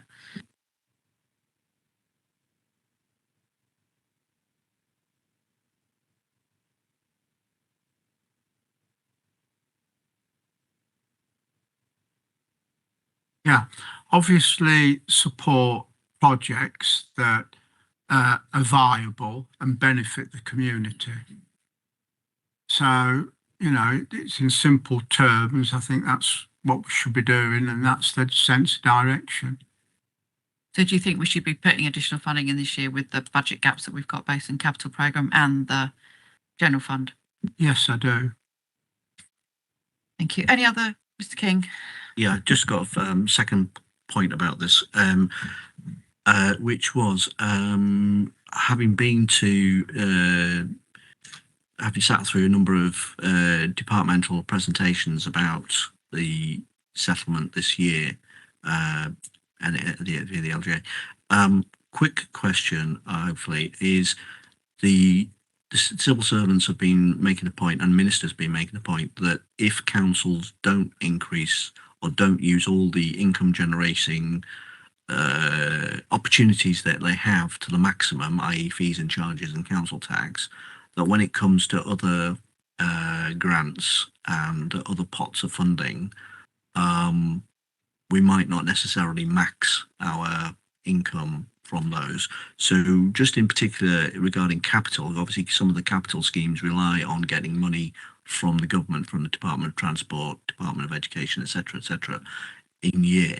So is there any likelihood that if the MTFS proposal, which has been outlined, is only going to increase the council tax by 2.99, not that I'm advocating the council tax being increased, but just trying to understand, is there a risk here that we may not get as much as you're expecting from the capital grants from government in year or over the course of the MTFS if there is a strategy not to increase council tax to the maximum? Just trying to understand that risk that we're running. Or is that? I'd be very grateful. Thank you. I'm not aware of any direct link with grant conditions, particularly in relation to capital, that have a direct link to the council tax increase. I can think. The government effectively, or what they do in the funding formulas, is assume your level of council tax. So effectively, that's where they penalise you. So then, in theory, funding, all the funding formulas take into account the ability to generate sort of money locally. But the government protect themselves from councils that don't go for the maximum increase by just assuming that you do anyway. So that's where they penalise you by not giving you any extra grants. You only get hit once for it. Okay, thanks for that clarification. Thank you. Any other questions on this section? Okay, on to the next section. Last section then from me is just the budget consultation section. That's just to confirm that did close on the 18th of January. We are currently still analysing the responses, and when the budget report is published tomorrow, there will be the consultation report alongside that, so members will be able to see what those responses are and sort of take them into consideration when planning any final budget proposals. So probably all to add on that one. Any questions from members on this bit? Spills. More a point of clarity. Obviously, it's my first MTFS scrutiny here at County Hall. And is the process normally we would receive the budget at this meeting to scrutinise ahead of the meeting, or is it normal policy in previous administrations to bring it to this scrutiny committee so we can see it? Just for clarity for me, thank you. I've always known it's been pretty much set in stone when it's come to scrutiny, to be honest. But, from the leader's introduction, it seems a bit more fluid. If you've got the sort of draft budget in December, which then is what goes through the scrutiny process, there has been some changes. As the chair alludes to it, you do get changes every year. By the time the budget goes to cabinet, I don't think it's going to be so fundamental that it's sort of misleading to have the December papers. It's going to be pretty much as it was. We did anticipate that there may be changes because obviously sort of the Newton works in flight, which is why we've put that additional all-member briefing in just in case there was bigger sort of things that we needed to kind of talk people through to make sure they were sort of like fully prepared for county council. But the December budget is still, the bulk of that is what's going to go to cabinet. Michael? Just say, obviously, you're saying they thank you, Chair. They're not being published until the papers are released for the cabinet. But just as a sort of heads up on this, do you know roughly what sort of number of responses was got for the consultation, what the split was between staff and general public, and what the general view was on council tax increases from the public consultation? No, not to that level of detail. As I said, the responses are still being finalised. I think in terms of the number of responses, it was similar ballpark to previous years, I think. So we've had a similar level of return as we've normally expected. But as I said, the detail will come out alongside the report tomorrow. Can I just pick up this point about the national living wage and the pay rises? So obviously a 2.99% rise doesn't even provide enough money to cover those increases at all, let alone inflation or cost of services or anything like that. So are we saying that we'll either pay for the national living wage or pay increases through reserves or service cuts? Is that what we're looking at? We tend not to and try and avoid it because it makes things difficult, sort of necessarily linking a cost with an income, because it sort of reduces your sort of flexibility and kind of creates links that you can't always maintain. So you've just got to look at those as the overall, that we've got overall inflationary pressure, we've got overall growth pressures, and they're going to get paid for by a mixture increase in government funding, additional council tax and savings that are coming through. So it's kind of, we never hypothecate, it's called sort of link to create that linking, but it's that overall mix for them. But we have made those assumptions within those figures, so they're not pressures on top, they're assumptions that are sort of already embedded in the figures. Any other questions from Commission? No, Mr. Fowler, I realise you've not spoken. Is there anything you want to add as we come to the end of this first item?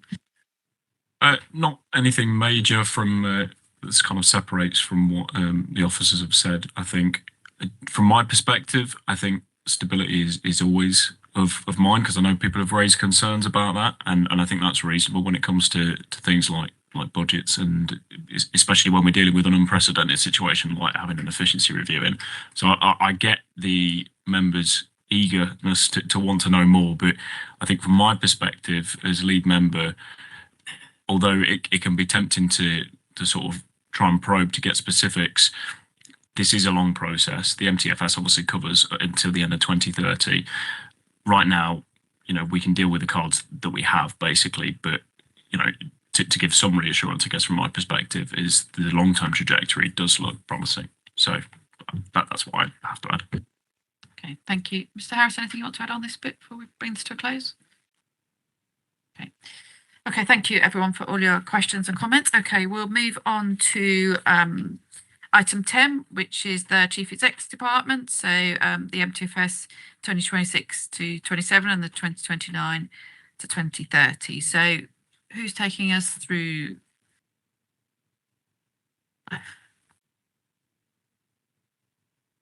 Quick changeover of staff. So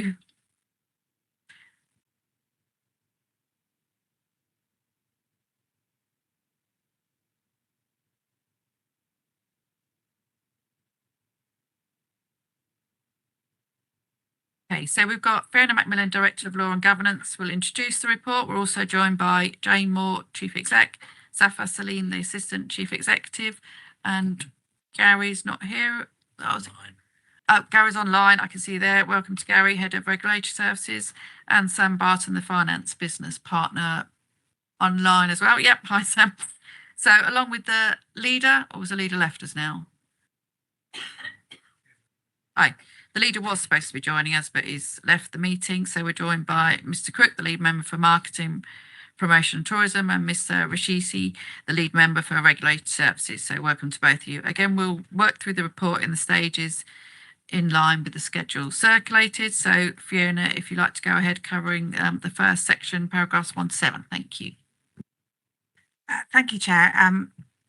Members, by way of introduction, this report sets out the medium-term financial strategy as it applies to the Chief Executive's Department and invites the Commission's comments for Cabinet ahead of final budget decisions at Council. So turning to the Department's role, we support lawful, well-governed decision-making and take corporate leadership of strategy and plans, while also delivering frontline statutory services. Our portfolio covers legal services, democratic services, civic and member support, strategy and business intelligence, including resilience and planning, historic and national environment, and regulatory services such as trading standards, registration and coronial services. We also coordinate emergency planning and business continuity across the Council and the Local Resilience Forum. In preparation for the next financial year, responsibility for communities transfers to Public Health on the 1st of April, reflecting organisational alignment. So are there any questions on this section to start with? Just setting out the background of the department. I'll carry on then by setting out the numbers for 2006 and 2007. The department's total expenditure is 21.3 million, which is offset by 5.7 million in grants, fees, charges and other income, leaving a proposed net budget of 15.633 million. That net budget is allocated as follows: legal services 5.19 million, that's 33% of the budget; strategy and business intelligence, including planning and historic and national environment, 5.320 million, that's 34%; regulatory services 3.657 million, 23%; democratic, civic and member support 1.489 million, that's 10%; and emergency management and resilience 0.348 million, 2%, with a small departmental adjustment. So the 26-27 position reflects a set of technical movements. There's an addition of 0.6 million transferred in for pay inflation from the central contingency. 0.8 million taken out as a reduction in employer pension contributions, and 0.7 million transferred to public health for communities and associated grants funding. So net, these adjustments reduce our baseline by 0.9 million. For 26-27, detailed budgets assume no embedded pay price inflation in service lines with a central contingency held corporately and allocated as needed. Are there any questions on this section? Anything from members? No, do you want to carry on? So moving on to paragraphs 15 to 40 in terms of growth and savings and what's in the pipeline. So on growth, there are two proposals in our area. Firstly, 175,000 for legal services childcare, which would fund one full-time equivalent solicitor and one full-time equivalent paralegal, alongside provision for counsel where necessary. So this growth is needed because of the volume of care proceedings has risen from 120 to 138 cases a year, with average cases running 9 months long and caseloads already at full capacity. The Children and Family Services is adding social work capacity in response to sustained rises in child protection referrals, and that inevitably increases the need for legal throughput. This growth ensures we can meet our statutory duties to safeguard children and avoid avoidable delay in the family court. The need for this is set out in more detail at paragraph 16. Secondly, the council is proposing to resume membership of the Local Government Association and the County Councils Network from 26-27 at a cost of 80,000, recognising the strategic value of national engagement during a period of sector change, and this will be included in the proposals to Cabinet in February. Turning to savings, our deliverable savings for next year total 540,000, rising to 550,000 by the following year. This comprises a trading standards review delivering income and efficiencies. That's 10,000 next year and 20,000 the following year. Registrar's income growth, reflecting demand and non-statutory fee changes of 135,000. An increased managed vacancy factor of 100,000. Removal of a communities head of service post following the transfer, it's £95,000. Tighter travel and civic hospitality budgets, that's 10,000 each. And a democratic services staffing review, removing a grade 10 vacancy of 55,000, along with departmental efficiencies, so tightening non-pay budgets and accelerating underdevelopment savings of 125,000. But the emphasis is on protecting statutory outcomes while contributing fairly to the council's overall gap. So looking ahead, the savings under development pipeline prepares us for years 2 to 4. We are preparing for the planning, historic and national environment fee changes nationally set, with the opportunity to implement locally set fees where there is evidence that the new fees are not appropriate.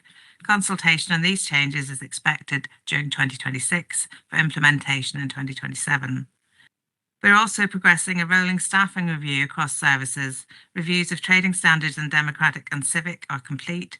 Registrars and legal school admissions are in train, with planning, historic and national environment, business intelligence, resilience policy and a wider legal review to follow.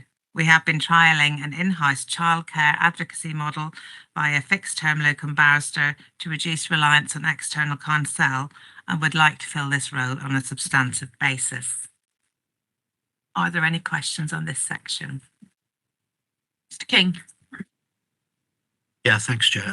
Thanks, Fiona, for that. I've got a couple of questions.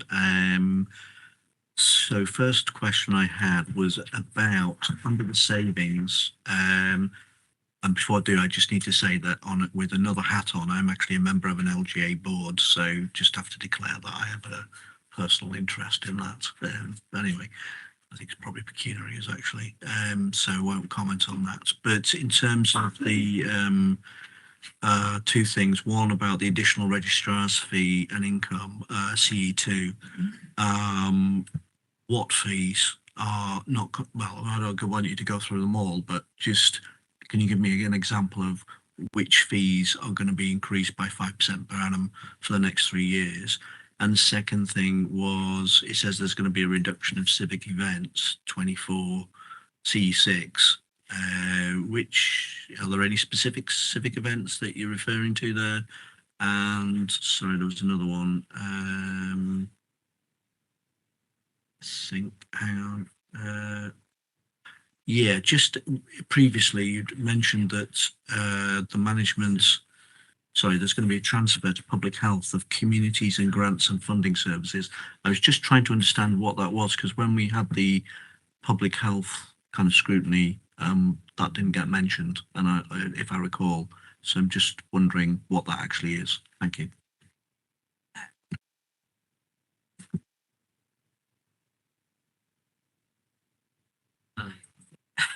By the chair to bring Gary in terms of the registrar's income, please, online, and then I'll go on. Do you want to take that question, Gary? Yes, I can do, Chair. Yeah, registration fees. There's two types. There's statutory fees, which we have no influence on price increase in. So that would be, for example, a birth or a death registration. That's a fixed fee, and we have no influence over that.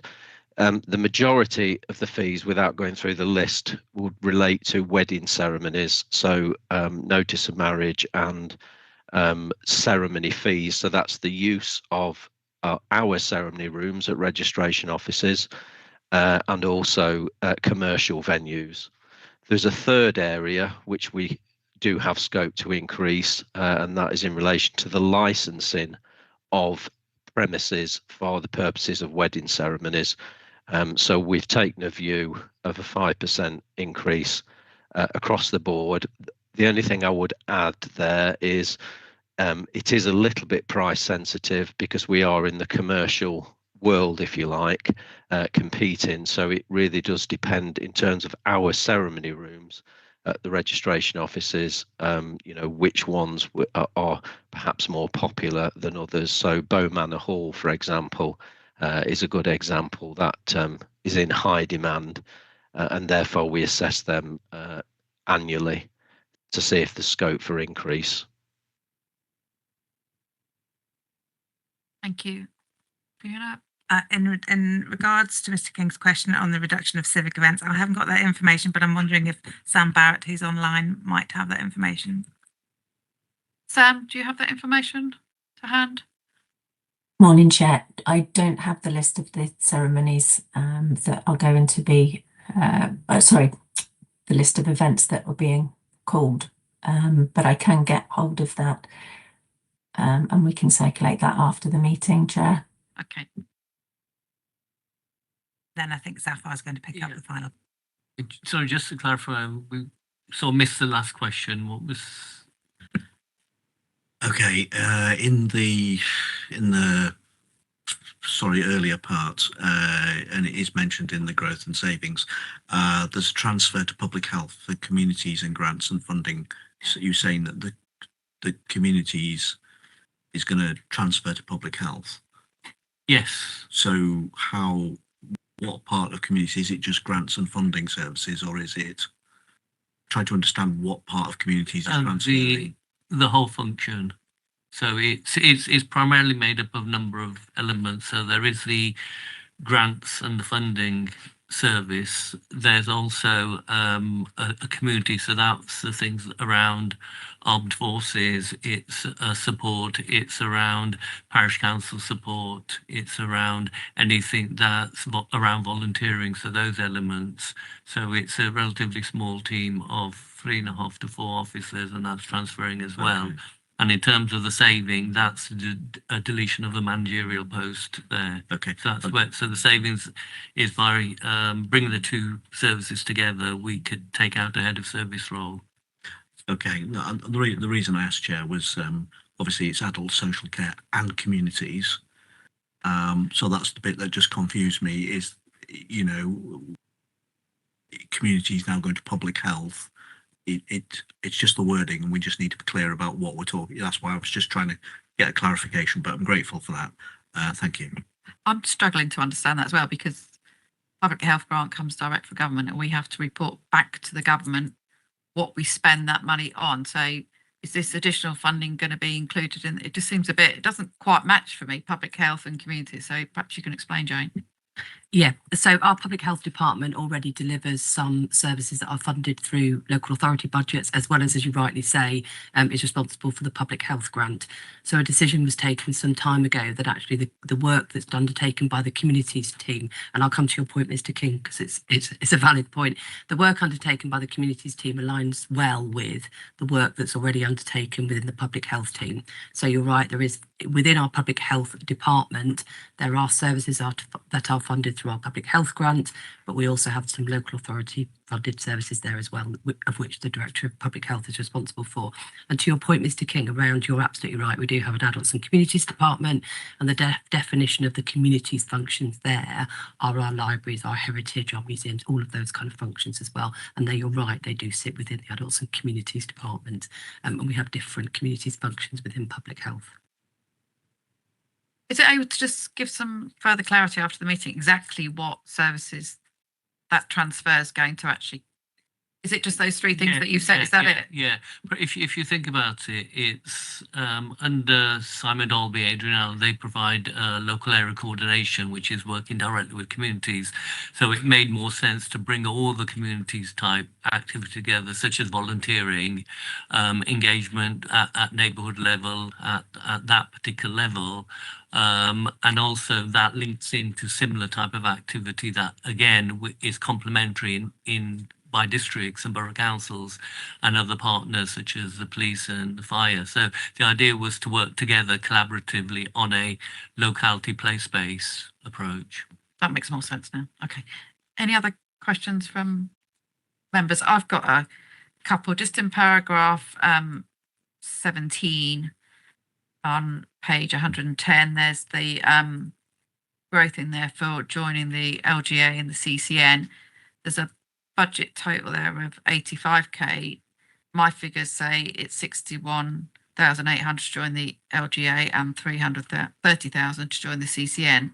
Plus, we're also members of the East Midlands Council, which I think costs us 11,500. So I was going to ask the leader, but he's gone now. So maybe the deputy leader can advise what benefit joining the LGA and the county council network has for the council, for elected members. What benefit are we going to get for the 91,800 that's in the growth budget?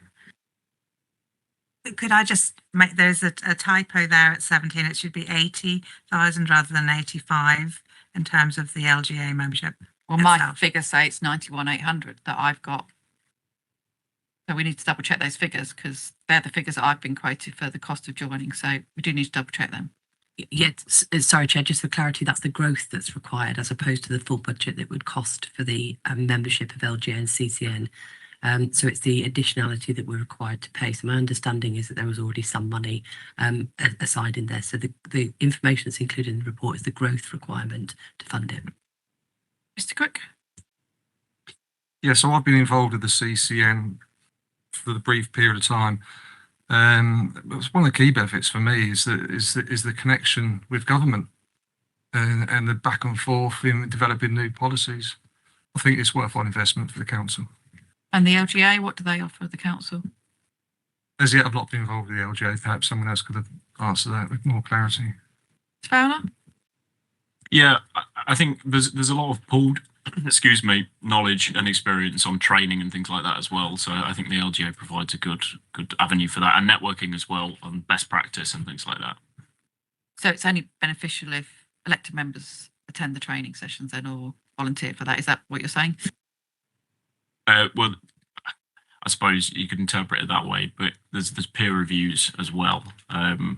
So I guess it's a number of different ones. But yeah, I guess you do have to be there to get the benefit from it. But I think officers as well get papers from it and information too. So I think things can be shared online and stuff like that. Yeah, if I may add, in terms of rejoining the LGA, I think given the context of local government review and the fact that they're undertaking bulk of the negotiations on our collective behalf, and as far as I'm aware, the City Council, Rutland, the majority of the districts and boroughs are also members, we're still very much of an outlier of not being a member. And I think, again, there was the question earlier on around negotiations, pay negotiations. They lead on all those matters. So in terms of really all aspects of the changes that are happening nationally, the LGA are undertaking them. So we can either try and open up those negotiations individually, which is highly unlikely, and given these regional changes, for example, East Midlands Combined Authority, etc., realistically, if we want to influence local government, and again reflecting on success of otherwise or fair funding too, we've got to be part of a bigger collective. So I would, in terms of an approach, I would suggest an investment rather than a cost. Okay, thank you for that. My second question is on paragraph 24. Chair, do you mind if I just quickly come in to make a point of clarification about that, just based on the question you asked with the kind of the benefits of LGA and things like that? We're happy to, if you want to, distribute to all members basically the offer that's involved, so people can have a better understanding outside of this group as well on basically the pros and cons, because I do appreciate that it is kind of it's money and people want to know what we're getting. So yeah, I think that would be useful, because if you can see the benefits, then you'll probably support it. But if members are not aware what the benefits are, then happy to distribute. Okay, that'd be great. Thank you. So I just wanted to add that we were one of only 2 councils in the country that weren't a member of the LGA. Thank you. My second question is on paragraph 24.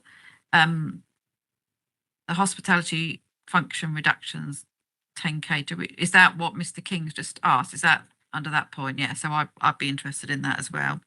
And then my last question is on page 117, which is one of the appendix, but it hasn't got a number on it. So it's just page 117. It's got there a subscription for 69,000. Could you tell me what that is as well? Under civic affairs, democratic services and admin, there's a subscription there. Do we know what that is?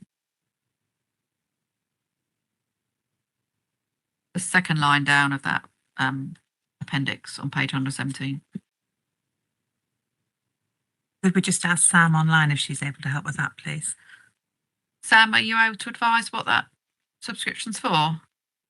That's made up of a number of smaller subscriptions, one of which is the 11,800 that you referred to earlier when Mr. King asked his question. I don't have again, apologies, I don't have a list of each single subscription, but that's easy enough to get hold of and circulate after the committee as well. Okay, that would be great, because these are substantial, they're not small amounts of money, so we need to be making sure we're getting value for money. So yeah, if you could look into that as well afterwards, I'll be interested to see what that's for as well. Any other questions on this paper, Mr. King?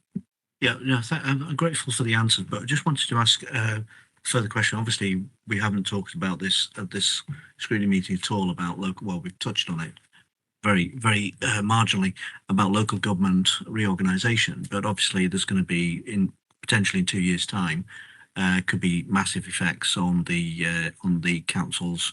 We may not even exist in 2 years, 3 years' time. We could be broken up. So obviously there's a lot of unknowns at the moment. But what I wanted to ask about, one of the things that is changing is the government is changing the planning system again, and we are going to be taking on more of a strategic planning role. I haven't really understood or seen any mention of growth required in that service. So am I to take from that all the expected demand, given that we've got a lot of demand in many of our districts, areas for housing and employment, does that mean that whatever the growth is that's coming through, that we are able to accommodate that within the existing what we've got available to us, or is there going to be some growth required in staffing and capacity basically to handle this strategic planning role that we're expecting to get? I'd just be grateful if someone can just explain what the Chair, I was going to move on to that in my next block, which is Sorry. about external pressures and plan making and so on. If there are no other questions on that, shall I move on? So paragraphs 41 to 50. So beyond our immediate budget lines, members should be aware of the additional workload from devolution and local government reorganisation. Following the government's February 2025 invitation to two-tier areas, the authority submitted its final proposal, as you know, on the 28th of November last year. Whatever the outcome, it places time-critical demands on democratic services, legal and business intelligence to support any implementation plan and maintain business as usual standards. So several of our services are demand-led by definition: legal, trading standards, coroners and registrars, and population growth and demographic change will add pressure. For trading standards in particular, the rise in doorstep crime targeting vulnerable residents and the persistence of illicit tobacco and vape sales are stretching capacity. These cases are highly resource intensive, often immediate, multi-agency and legally complex. The service advises that adding 3 investigators, around £185,000 per year, would materially strengthen our response.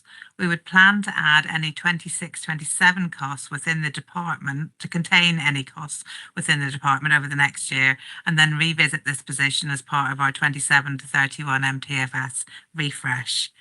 So in planning, the wider economic cycle and the new national policy are both key factors. Under the new plan-making system published on the 27th of November last year, we must begin work this year on a new minerals and waste local plan to meet government deadlines. We await underpinning regulations, and we will brief members on the resourcing and timetable implications once we have received those regulations. It's too early to do that yet, in answer to Mr. King's question.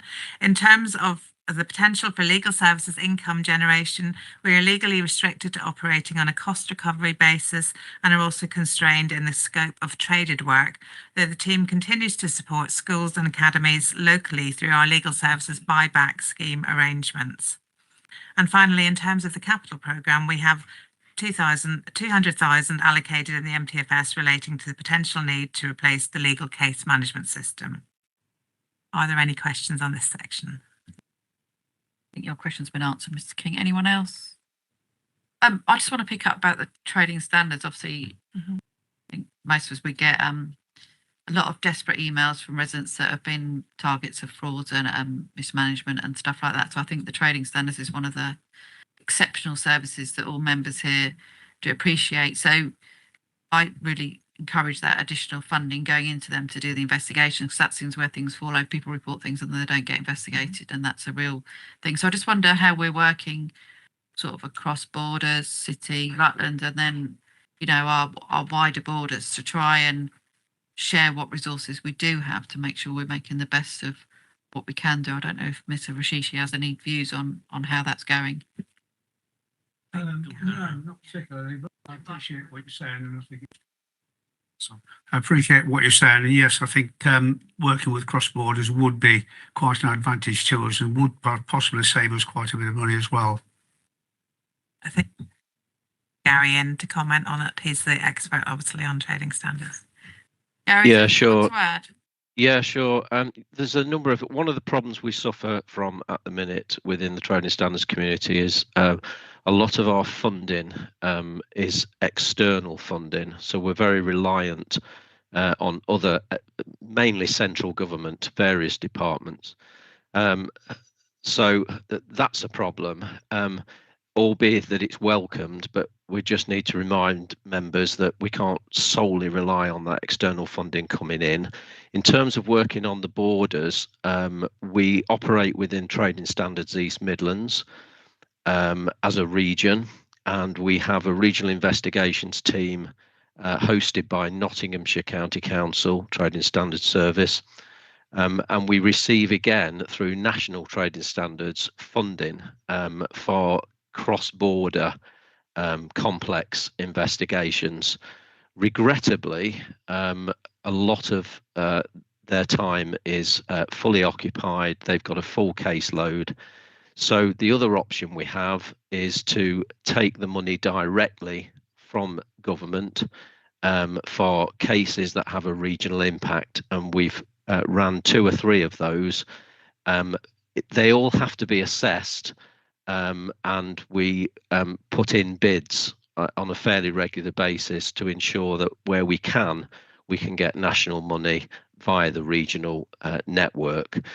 The other thing I would say about cross-border and across all enforcement agencies, we do work very closely with HMRC, the police, border force, and quite a lot of the mainstay across the enforcement community, and we also operate within the GAIN network, which is hosted by the police, and again we get assistance for days of action, shall we say, where we're actually entering premises under warrants, arrests, etc.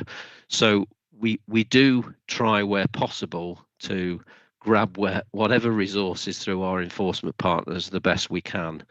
The reality, however, is that we are just overstretched, and it's just a question of, as many other enforcement agencies are. So what we have to be very careful to do is to do proper, appropriate risk assessments, looking at the risk to our residents in Leicestershire and legitimate businesses, and deciding which cases we can investigate and which may have to become pending for a while until we can get round to looking at it. My constant worry is the fact that we are putting more in the pending tray where we have vulnerable victims, and that's the constant battle that we have. And we've emphasised in the report there where some of the other pressure points are coming in relation to illicit tobacco and the doorstep crime. But yes, Chair, we do, where possible, grab whatever resources from a regional perspective we can. Thank you. Thanks for that. Any other questions on this paper from anybody? Okay, thank you to everyone joining online and here in the room on this item. So we'll move on to item 11, the medium term financial strategy 2026-2027 to 2029-2030. This is the Corporate Resources Department, pages 123 to 144. So I think Simone is coming back to join us, supported with Declan as well, and then we've got the Director and Assistant Directors Lucy Littlefair and Jane Glasgow joining for this as well. Again, following the schedule, Simone, or is Declan's going to be introducing the item, and we'll follow the schedule outlined. So we'll start with paragraphs 1 to 16 to start. We'll just let everyone get settled. Okay, Declan, over to you. Chair, if you don't mind, I'm happy to introduce, give a brief overview. Just wait for everybody to sit down.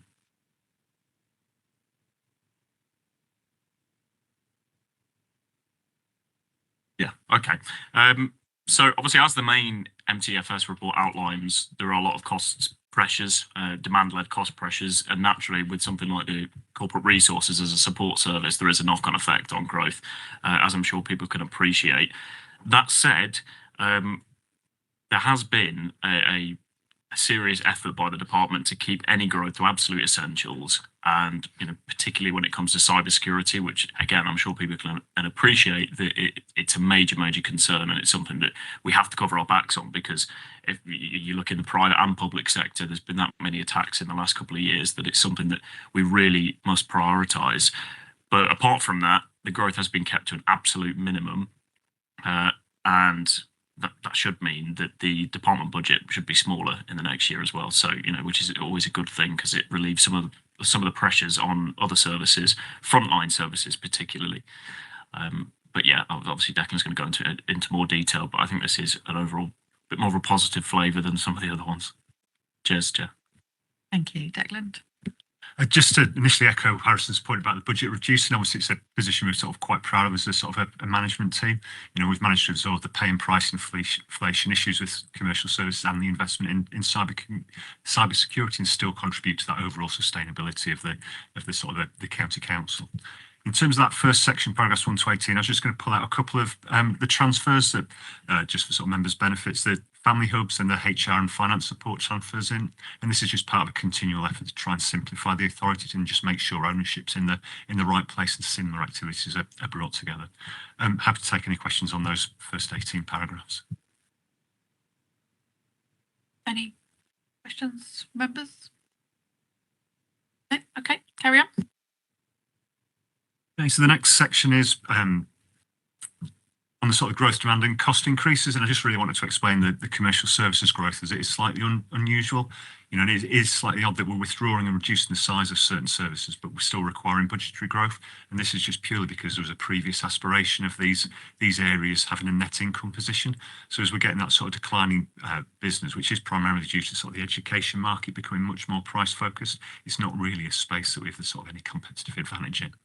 And we've also recognised that the cost of Bow Manor Hall, although there is still the aspiration there to improve the position for future years, you know, through sort of taking new approaches, but at the moment it's just sort of stabilising and resetting those budgets to an attainable level for next year. I have to take any questions on paragraph 19. Just a question from me on Bow Manor. Obviously, the consultation was carried out a while ago. So, is there any updates on what's going to happen with Bow Manor this coming year? Yes, Chair. We've received the consultation results, and off the back of that, we've consulted with a number of different organizations, with schools, with private businesses, and so forth. We've also received a very significant amount of feedback from the community, which has been welcomed and appreciated. We're in the process of collating that information, and we're in the draft stages of our initial document recommendations based off that. So that's in the draft stage. It's going on through officer review at the moment. And then as we go through that process, we'll then bring it up into the political process. Any timescales that we kind of approximate? I would say it would be in the next couple of months. Thank you. Mrs. Smith. Thank you, Chair. Just on CR1, the use of the office space, obviously with the recent announcement where we're trying to get more people back into work, just wondering if we can have a look at, delve deeper into those figures and what the costs are likely to be of bringing more people back into the workplace.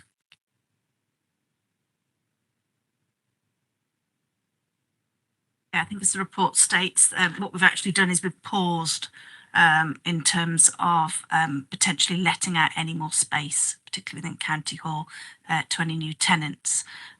We are due to discuss the latest position on the Working Arrangements and Employment Committee on the 5th of February, and then we'll know exactly where we stand in terms of what the new arrangements are for staff and how much time potentially staff might be spending in the office.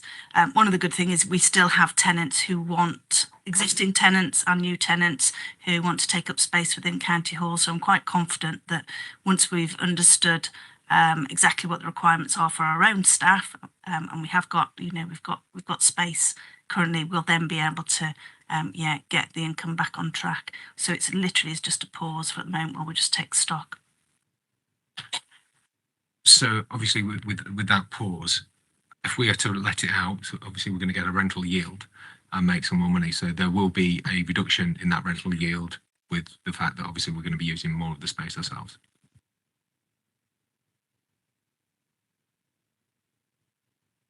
Yeah, possibly. As I say, we need to put it all into the mix and to understand it's got to be LTC staff first, and then understand, what space is that we're going to be able to rent out.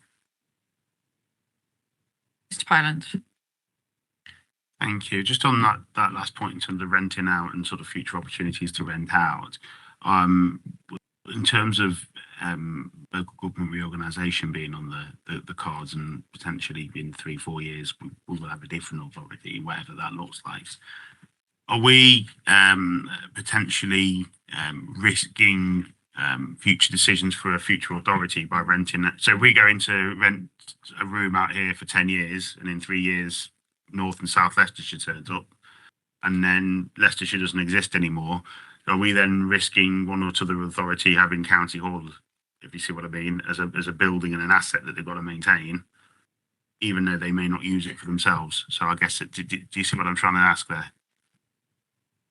I do, yeah. I mean, obviously we try and, in terms of our lease agreements, we're you know, we're trying to set them up so that actually it does allow us that flexibility on both sides. Yeah, obviously with negotiation, depending on what the kind of future picture is going to look like. But you know, this is a big camp. This is a a very big campus, and I'm more than confident that whatever the decisions are around LGR, that we'll still be able to potentially bring in income from tenants. Just to sort of reinforce that, under all the scenarios of LGR, we don't know what the government's decision is going to be, but they were all predicting a reduction in the requirement for office space. So in some ways, it's sort of helpful for the LGR thing that we've got less to kind of find a home for, as it were. Any other thoughts on this section or questions? No? Okay, do you want to move on to the next section? So the next, I don't know whether we've got mixed, but I'd introed the growth section. Obviously, we've sort of started moving into the savings section. So I don't know, have members finished with that? Or do you want me to do an intro on that one? Has members got any questions on that savings? No, probably not. Probably just some more about the efficiency review, but we've probably covered all that in the first item, haven't we? We can touch on that if that's desirable. So we've obviously listed out the savings that we're committing to delivering over the next sort of few years. We obviously list out, as we always do, the kind of the savings areas under development. We have touched and made a nod to the efficiency review and the type of areas that are being focused at in the kind of corporate resources services, because the savings under development by their nature kind of quite broad, as you'd expect. The sort of the efficiency review work is building on those and trying to sort of go sort of quicker and further, as opposed to the sort of brand new kind of things, but estates, etc., is the sort of thing we're looking at. So happy to take any questions if there are any. Otherwise, I can move on to capital. Any questions on this section from anybody? Mr. King, thank you. Yeah, so I wasn't going to ask anything, but then I've seen something. CR12, the increased dividend yield from ESPO, says 185k, but then it's showing it as flat across the 4 years of the MTFS. Could I just ask a bit more about what is the total dividend yield that we get from ESPO? This is saying an increase. So can anyone confirm what that is? Thank you.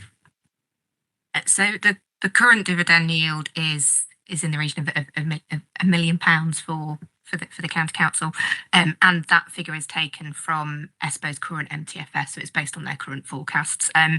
They are looking at other opportunities to grow the business, so there may well be further opportunities in the future, but at the moment it's based on what they've currently got in their MTFS in terms of growth, which is why it's flat. Thank you. Okay, do you want to move on to capital programme? Okay, I'll be short and sweet on this. Vast majority of capital is end of life items. Obviously take a similar approach to revenue, where you just want to keep things to a minimum. So it's IT and property is, our sort of our main kind of physical asset areas is where the investment's going, as you'd expect. So happy to take any questions. I think this ICT and the cybersecurity and stuff that we've all mentioned all kind of joins in together, doesn't it, to make sure all systems are as safe as ever. Have we got a good level of insurance to protect us against these cyber hits? Because that would be included in there as well, wouldn't it? It's become increasingly difficult to get cyber insurance.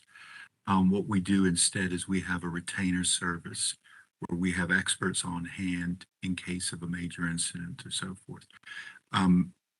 We also have multiple external reviews a year, at least 2 a year, where they come in, they do penetration testing and a lot of other stuff to make sure we're secure, and we get reports and then we action those reports based on that. So at the moment, we don't have cyber insurance, and that's not an unusual position in the sector. But what we do have is that retainer service to provide us support when and if we've needed it.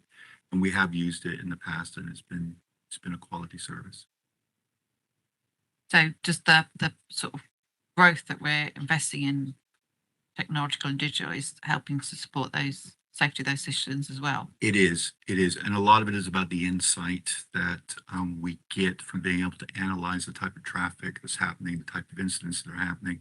So if you look at where technology was sort of 6-7 years ago, it was very difficult to see what was going on. Now we have a very good view of what's happening across our network and the activity, and we can respond and build and customize and personalize our response and our investment in technology and people as a result of that. think it would be helpful for elected members, and maybe Mr. Fowler can pick this up, about more awareness of what members should be doing, making sure laptops are updated as soon as you get the updates, all that phishing and all that. So I haven't seen anything recently come out to members, and I think it's probably something that probably needs to on a quarterly basis, just to remind members, I'm getting, random emails come through asking for money and stuff, but so there are emails getting through. And I don't think members have enough. We can updates. absolutely do that. And I think as members, you are a high visibility target, essentially, not only from a local authority perspective, but on a personal level. So we can certainly do more to assist. To give my sort of 2 cents where it counts, I think the policy I tend to adopt is, having had long conversations within the department about this, is just, and all members I'd really encourage to adopt this kind of strategy, is just to be like extra careful and double check on things, because you are right. I think we all probably get emails trying to fish for things, but you do get that kind of pop up at the top that says if it's not from within the organisation. I think as soon as I see that, I flag it and think if there's any link in it, I don't click it, to be honest, and I'd always forward it on to either IT or to heads of departments, depending on what it's about. I think it's better to just err on the side of caution, because I'm sure I'll be backed up here when I say that human error is the overwhelming leading cause of breaches. So yeah, I thought that was helpful, Chair. I think a regular reminder, because you do, when you're bogged down and you're really busy and you've got stuff to do, it does, it's not always in the front of your mind. So staff as well, but I think regular reminders coming out about it would be just sort of boots you back up for the next few months, isn't it, to make sure you're alert. Dr. Bloxham.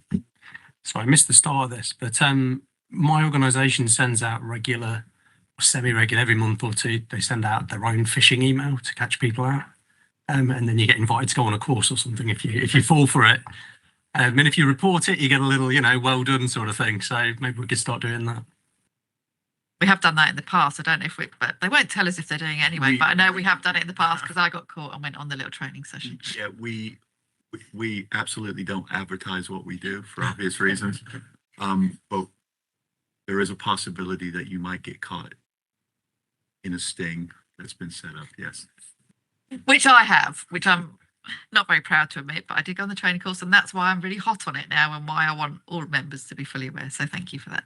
Any other questions on this item? Mr. Poland. Thank you. Just to clarify, is it that cyber insurance doesn't exist anymore because it just bankrupt any company that ended up having to pay out? Or is it that it does exist, but our premium would be so high it's not worth it for us? And in terms of there's been a lot of high profile attacks, one in Leicester, and then of course a lot in the private sector. I can also understand why organisations would be very keen to sort of keep the effects of that in-house as far as possible, reputation and so forth.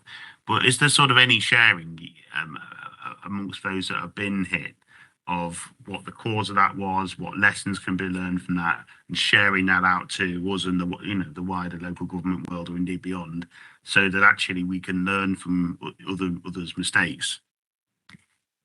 The simple answer is yes.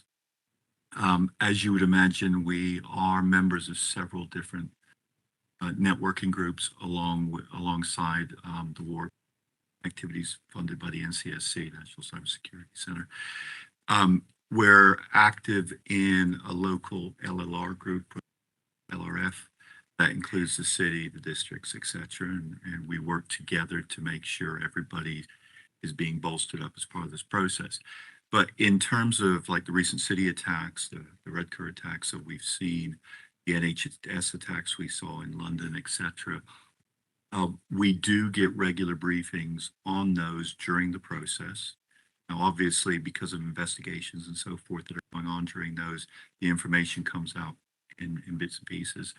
But what we do get is that sit rep that allows us to know what sort of immediate actions do we need to be taking. And once the investigation is complete, we then get a more detailed view, and then we action those. So in the city's case, for example, there was a number of really strong lessons to learn off the back of that, and we've absolutely implemented those. Similar things for the NHS attacks in London, similar things from Red Car. But we also take into account what's happening in the private sector. So you saw what happened with us and other organizations. And we take those on board as well. We proactively monitor any form of security alerts, any alerts that we get, whether that be from our private sector partners or from our government partners. So very proactive in making sure we're engaged, we're networked, and we're using that information to improve our position. Oh, sorry. Yes, the cyber insurance is available, but when you consider that somewhere like Redcar, for example, and forgive me, I don't have the exact number, but it was in the region of 12 or 13 million pounds worth of impact. It's reached a point where the costs of those are prohibitive. And actually, some of the constraints that they're looking to put on to mitigate the risk on those are not necessarily practical, considering the vast array of different service types that we as local government operate. Just to clarify, but you have got two types of insurance. One is the sort of the financial one that you've been talking about. You pay a premium and get money back in the event of an incident. But we've been just tilting all it to sort of the more sort of physical sort of on-site insurance, you know, backups, encryption kind of files. So that's where the investments is going. So it is a form of insurance. It's just not the sort of the premium paid type insurance. Might be something national government need to look into, because we're all at risk, and you know, we need to make sure that we're all protected. So maybe it's something national government, maybe Prime Minister Canning's in China, isn't it, at the minute? Might be a good place to raise it. Okay, any other questions on any of this item? Okay, thank you very much for officers for joining us for this one. So move on to item 12. So the medium term financial strategy 26-27 to 29-30, to consider the responses from the other overview and scrutiny commissions. So we're now considering the responses from the other overview and scrutiny commissions regarding the relevant parts of the MTFS, which have been looked into in respect of each of those departments. So copies of the minute extracts from each of the committees were circulated to all members yesterday, and these have been published on the council website. I would remind members that this item is not to allow the committee to reopen the debates that have already taken place, but to allow us to consider any new information not previously available. So Declan or Simone, any information or comments that you want to add to what's been published? No, I mean, obviously I sort of a scan through them, and I didn't feel anything that was sort of substantial enough to kind of necessarily sort of change the MTFS at this point. But obviously, as you've outlined, the sort of the points will get sort of passed on to Cabinet for their sort of rounded consideration. And any of the chairs from any of those scrutiny commissions here that want to add any comments at this stage? Thank you very much. And just from my point of view, we've not had much information as we've heard about potential savings coming down the line, and it's been very scant actually in information. I think the interesting thing coming out of the children and families was there was indications of where potential future savings could be, and I think there was concerns out there for communities like mine, particularly about reorganisation of village schools, which will be a saving, and that's what it's looking to do, but it has a huge impact on small communities, and I think that's the sort of thing we need to be looking at when we look at future savings, these small things which actually make a huge impact on the more rural, remote communities that we serve. So that's just sort of a top line. Thank you. Thank you. Good point. Any other chair want to speak? No? Okay, we'll move on to item 13, which is the draft revised investing in leisure programme portfolio management strategy 2026 to 2030. These on pages 145 to 186. So Lucy Littlefair is still here, Assistant Director of Corporate Resources, who will introduce the report, supported by Karen Friesen, Head of Strategic Property, and Bhulesh Kahara, Senior Finance Business Partner. And also we have Mr. Fowler still with us. So did you want to say anything at the beginning, Mr. Fowler, before I pass over to Lucy? Yeah, if you wouldn't mind, Chair. Thanks. So obviously everybody's kind of aware of the Investing in Leicestershire Partnership, programme rather. We value it massively within the organisation, particularly with the context of the MTFS. I think we've spoken about a lot of the pressures, but this is really something that isn't just a stopgap measure, but speaks to an actual solution long term to be able to generate income and to hold assets. I think to back up what the leader was saying earlier, it is something that's necessary. It isn't a case of we're spending on this and we're sacrificing bridging gaps elsewhere. This is an actual long-term sustainable solution and that will be backed up by my officers. The portfolio is currently valued at £278 million as of April 2025, the last financial year. and at circa £8.6 million net revenue per annum, which is we're happy with at the moment, but it is forecast to increase. And obviously, it's a constantly evolving process when it comes to our investment portfolio. Everything is diligently judged when it comes to making new proposals for investments.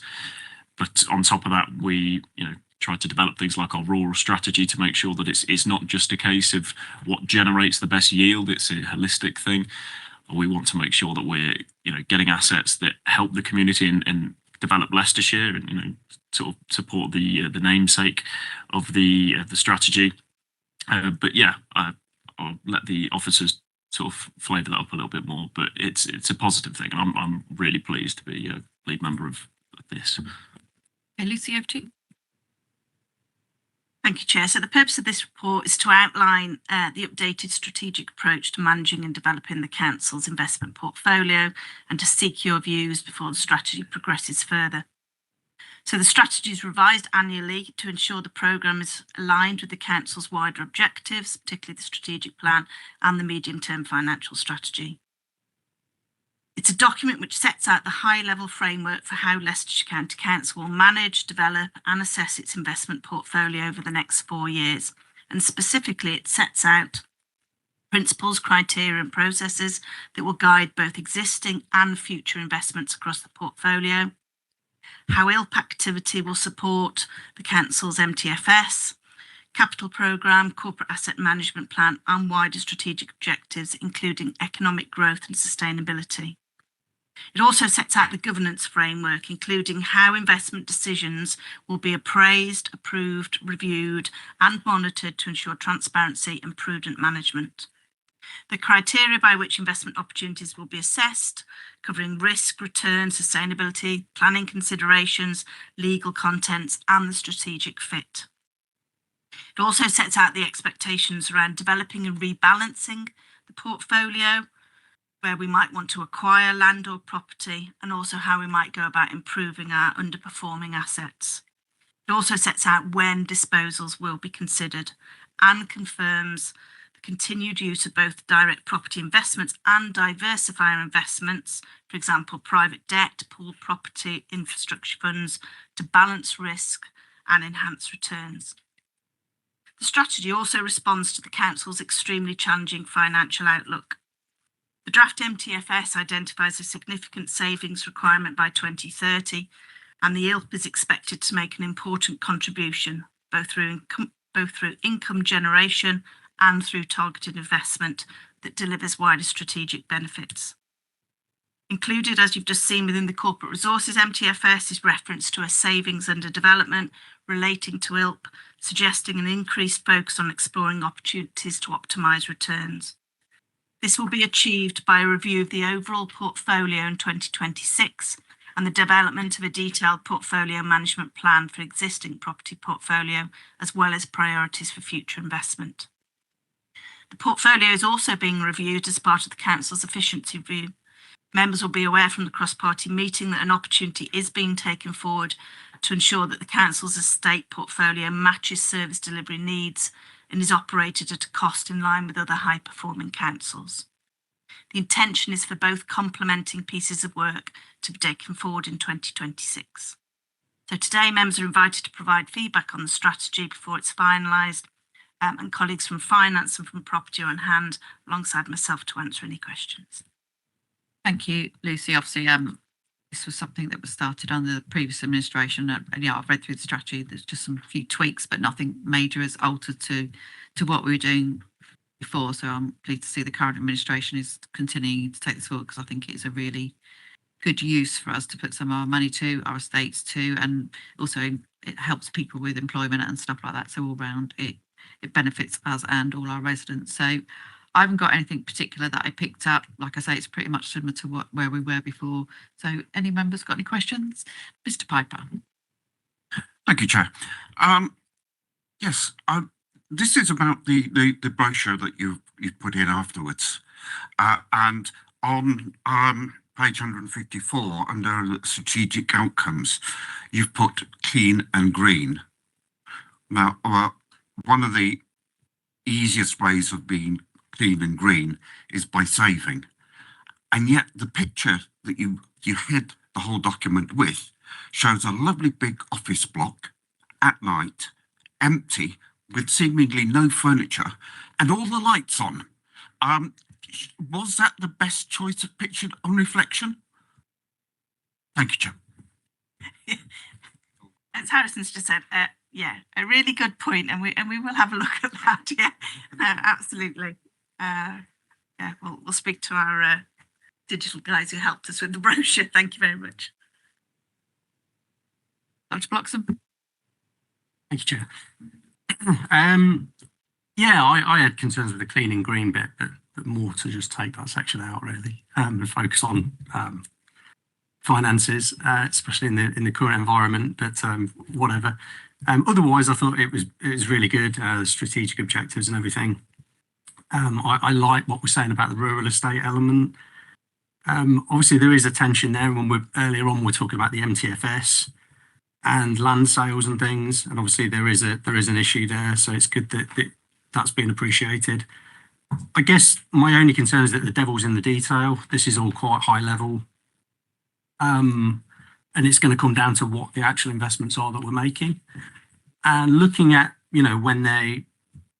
it does go into some detail about the stages of assessment on direct property and the non-direct property diversifier investments, and it doesn't really mention scrutiny there, I don't think.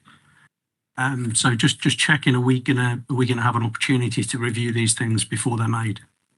I realise with property investments that might have to be sort of non-recorded or whatever, but it would be good to see them. Yeah, if you don't mind, Chair, I'll take the first one about the clean and green stuff, because as I'm sure you won't be surprised, I agree with you. If it was up to me right in this moment, I would remove that section as well.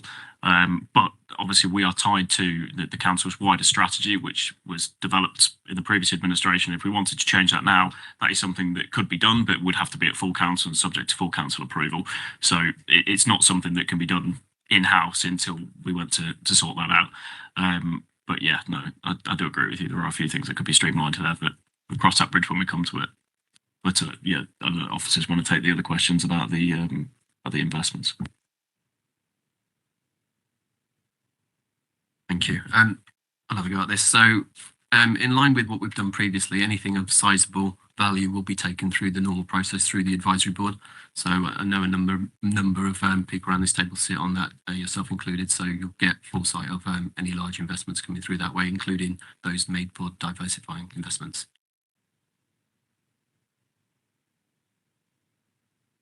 Questions or comments? King? Yeah, thanks, Chair. So look, I'm not against this, but I just think there's a couple of things I wanted to raise. First of all, the overall rate of return, I think, is glacial. 3% on assets of, well, 270 odd million, which the lead member just mentioned. I think it's a very glacial return. And I accept that some of the return isn't where we are now because it has changed from when it was first set up, because the government changed the how you had to do these things. And so we have to have a not just a financial return issue. It's got to have more than just financial returns associated with it now, which it didn't originally. So I acknowledge that, but even so, I still think that's quite a glacial rate of return for a portfolio like this. And the second thing is, and I've said this before, I am concerned, which talks about investing in Leicestershire, but then we're investing in debt, buying up debt from companies and things like that. And I'm not very comfortable with that, if that's the ethos of this fund. I accept that that's, again, where there are returns to be had, and that then drives through income, which the whole purpose of this is to get income, but I'm not very comfortable with that. If the strategy is to invest in Leicestershire, why are we buying up global debt? But the other thing is, I come back to the point I raised earlier about the 43 million over the MTFS. If the council is in such severe financial straits, isn't there a point where we're going to need to pause this additional capital investment so that because we haven't got, you know, it was mentioned earlier, we haven't got enough capital as it stands to deliver on the infrastructure and the capital projects that we need in order to deliver services for this council and for our residents and service users. So if we haven't got enough capital to do that, why are we then sucking capital away to then put into this, which will deliver us 3%?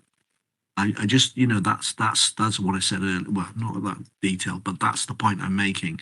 So because if we don't deliver some of these other capital projects, service users aren't going to necessarily, or the things we're trying to do with those other capital projects aren't going to deliver what we need for our local communities and residents, which will deliver other benefits and may also deliver efficiencies and savings to the cost of running certain services. So it is a kind of, you know, so I'm just not entirely, you know, the high level, yeah, but when you get into the detail, I'm not sure that the current, this approach over the next MTFS period of increasing the amount in and investing more into this is necessarily correct at the moment, given where we are and what's been explained to us about the shortfall in the council's overall capital available funding for capital schemes. You know, because they are actually, to me, they are the things that should come first, is deliver the capital schemes that we need to deliver, and then if we've got a spare, we should be looking to put it into this. That would be my that's a personal view. So, but that's just where I am. But that's what I wanted to ask. Thank you. Yeah, I'll try and address the specific points within that.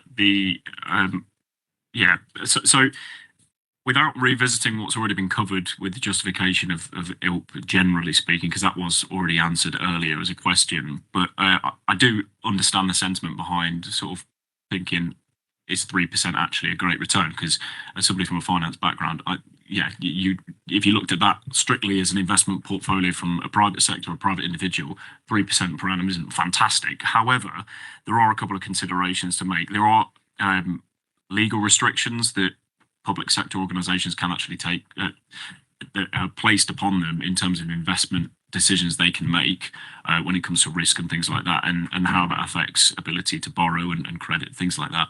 So there are other considerations outside of just the pure financial yield, along with the fact that, you know, as Mrs. Taylor has correctly pointed out, that it isn't just a case of making a return. It's about providing employment opportunities and some of the more holistic measures that the council prioritises. With the bank risk share, which I think you're alluding to, I think that can be picked up by one of the officers.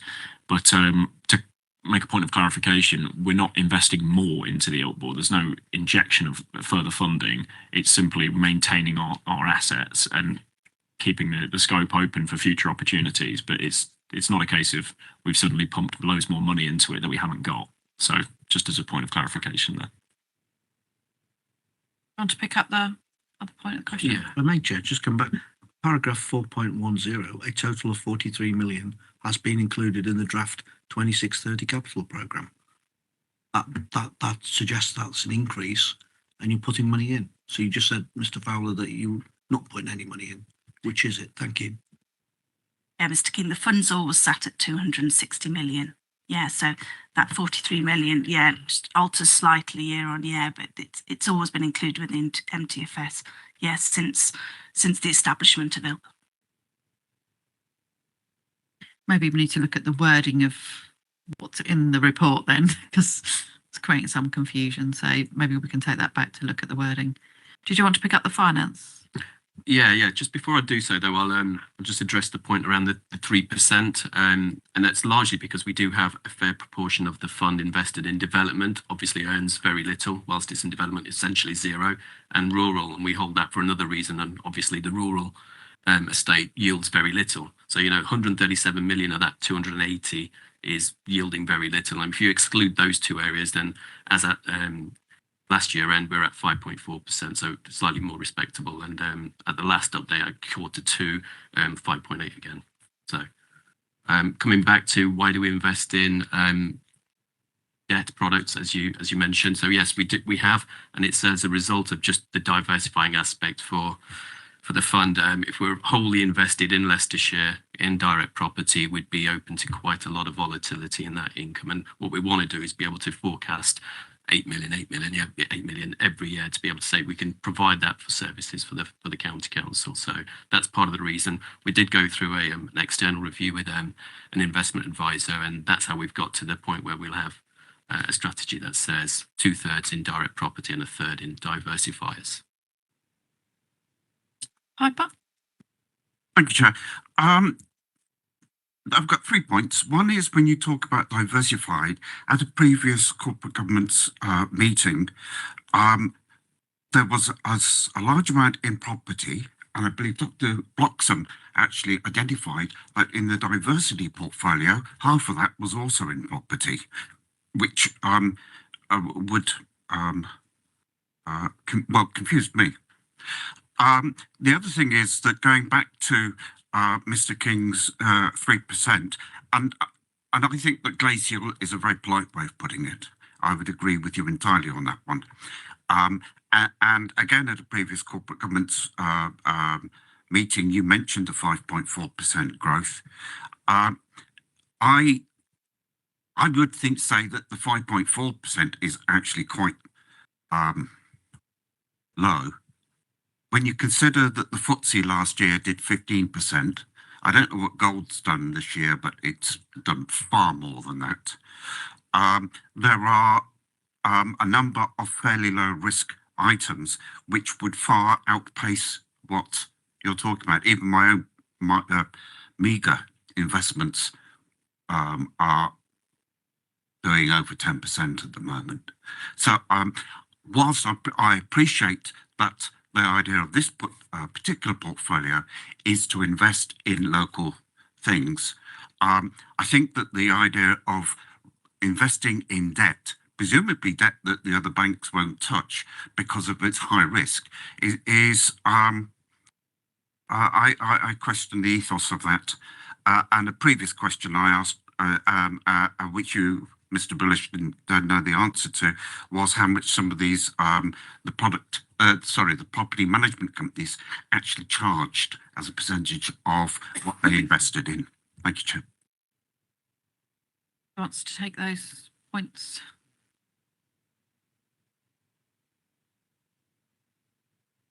Yeah, just as a quick reminder on the first bit about again, the return. I do appreciate that, as I say, I'm an investor myself. I understand how it might look, but it's not apples to apples as a comparison, because a private investment portfolio or even a corporate investment portfolio within the private sector doesn't have anywhere near the same amount of laws they have to abide by and rules when it comes to actual exploration of investment opportunities. As a public sector organisation, as a local council, we can't just, make a trading 212 account and invest in the S&P 500. It's not quite as simple as that, though I do share your ambitions to expand it forward when it comes to the diversification of assets. And I think we will discuss that at our board advisory meetings. And I am keen to push that forward with our future strategy, but just trying to provide some context in that we can't just do what we want is the issue there.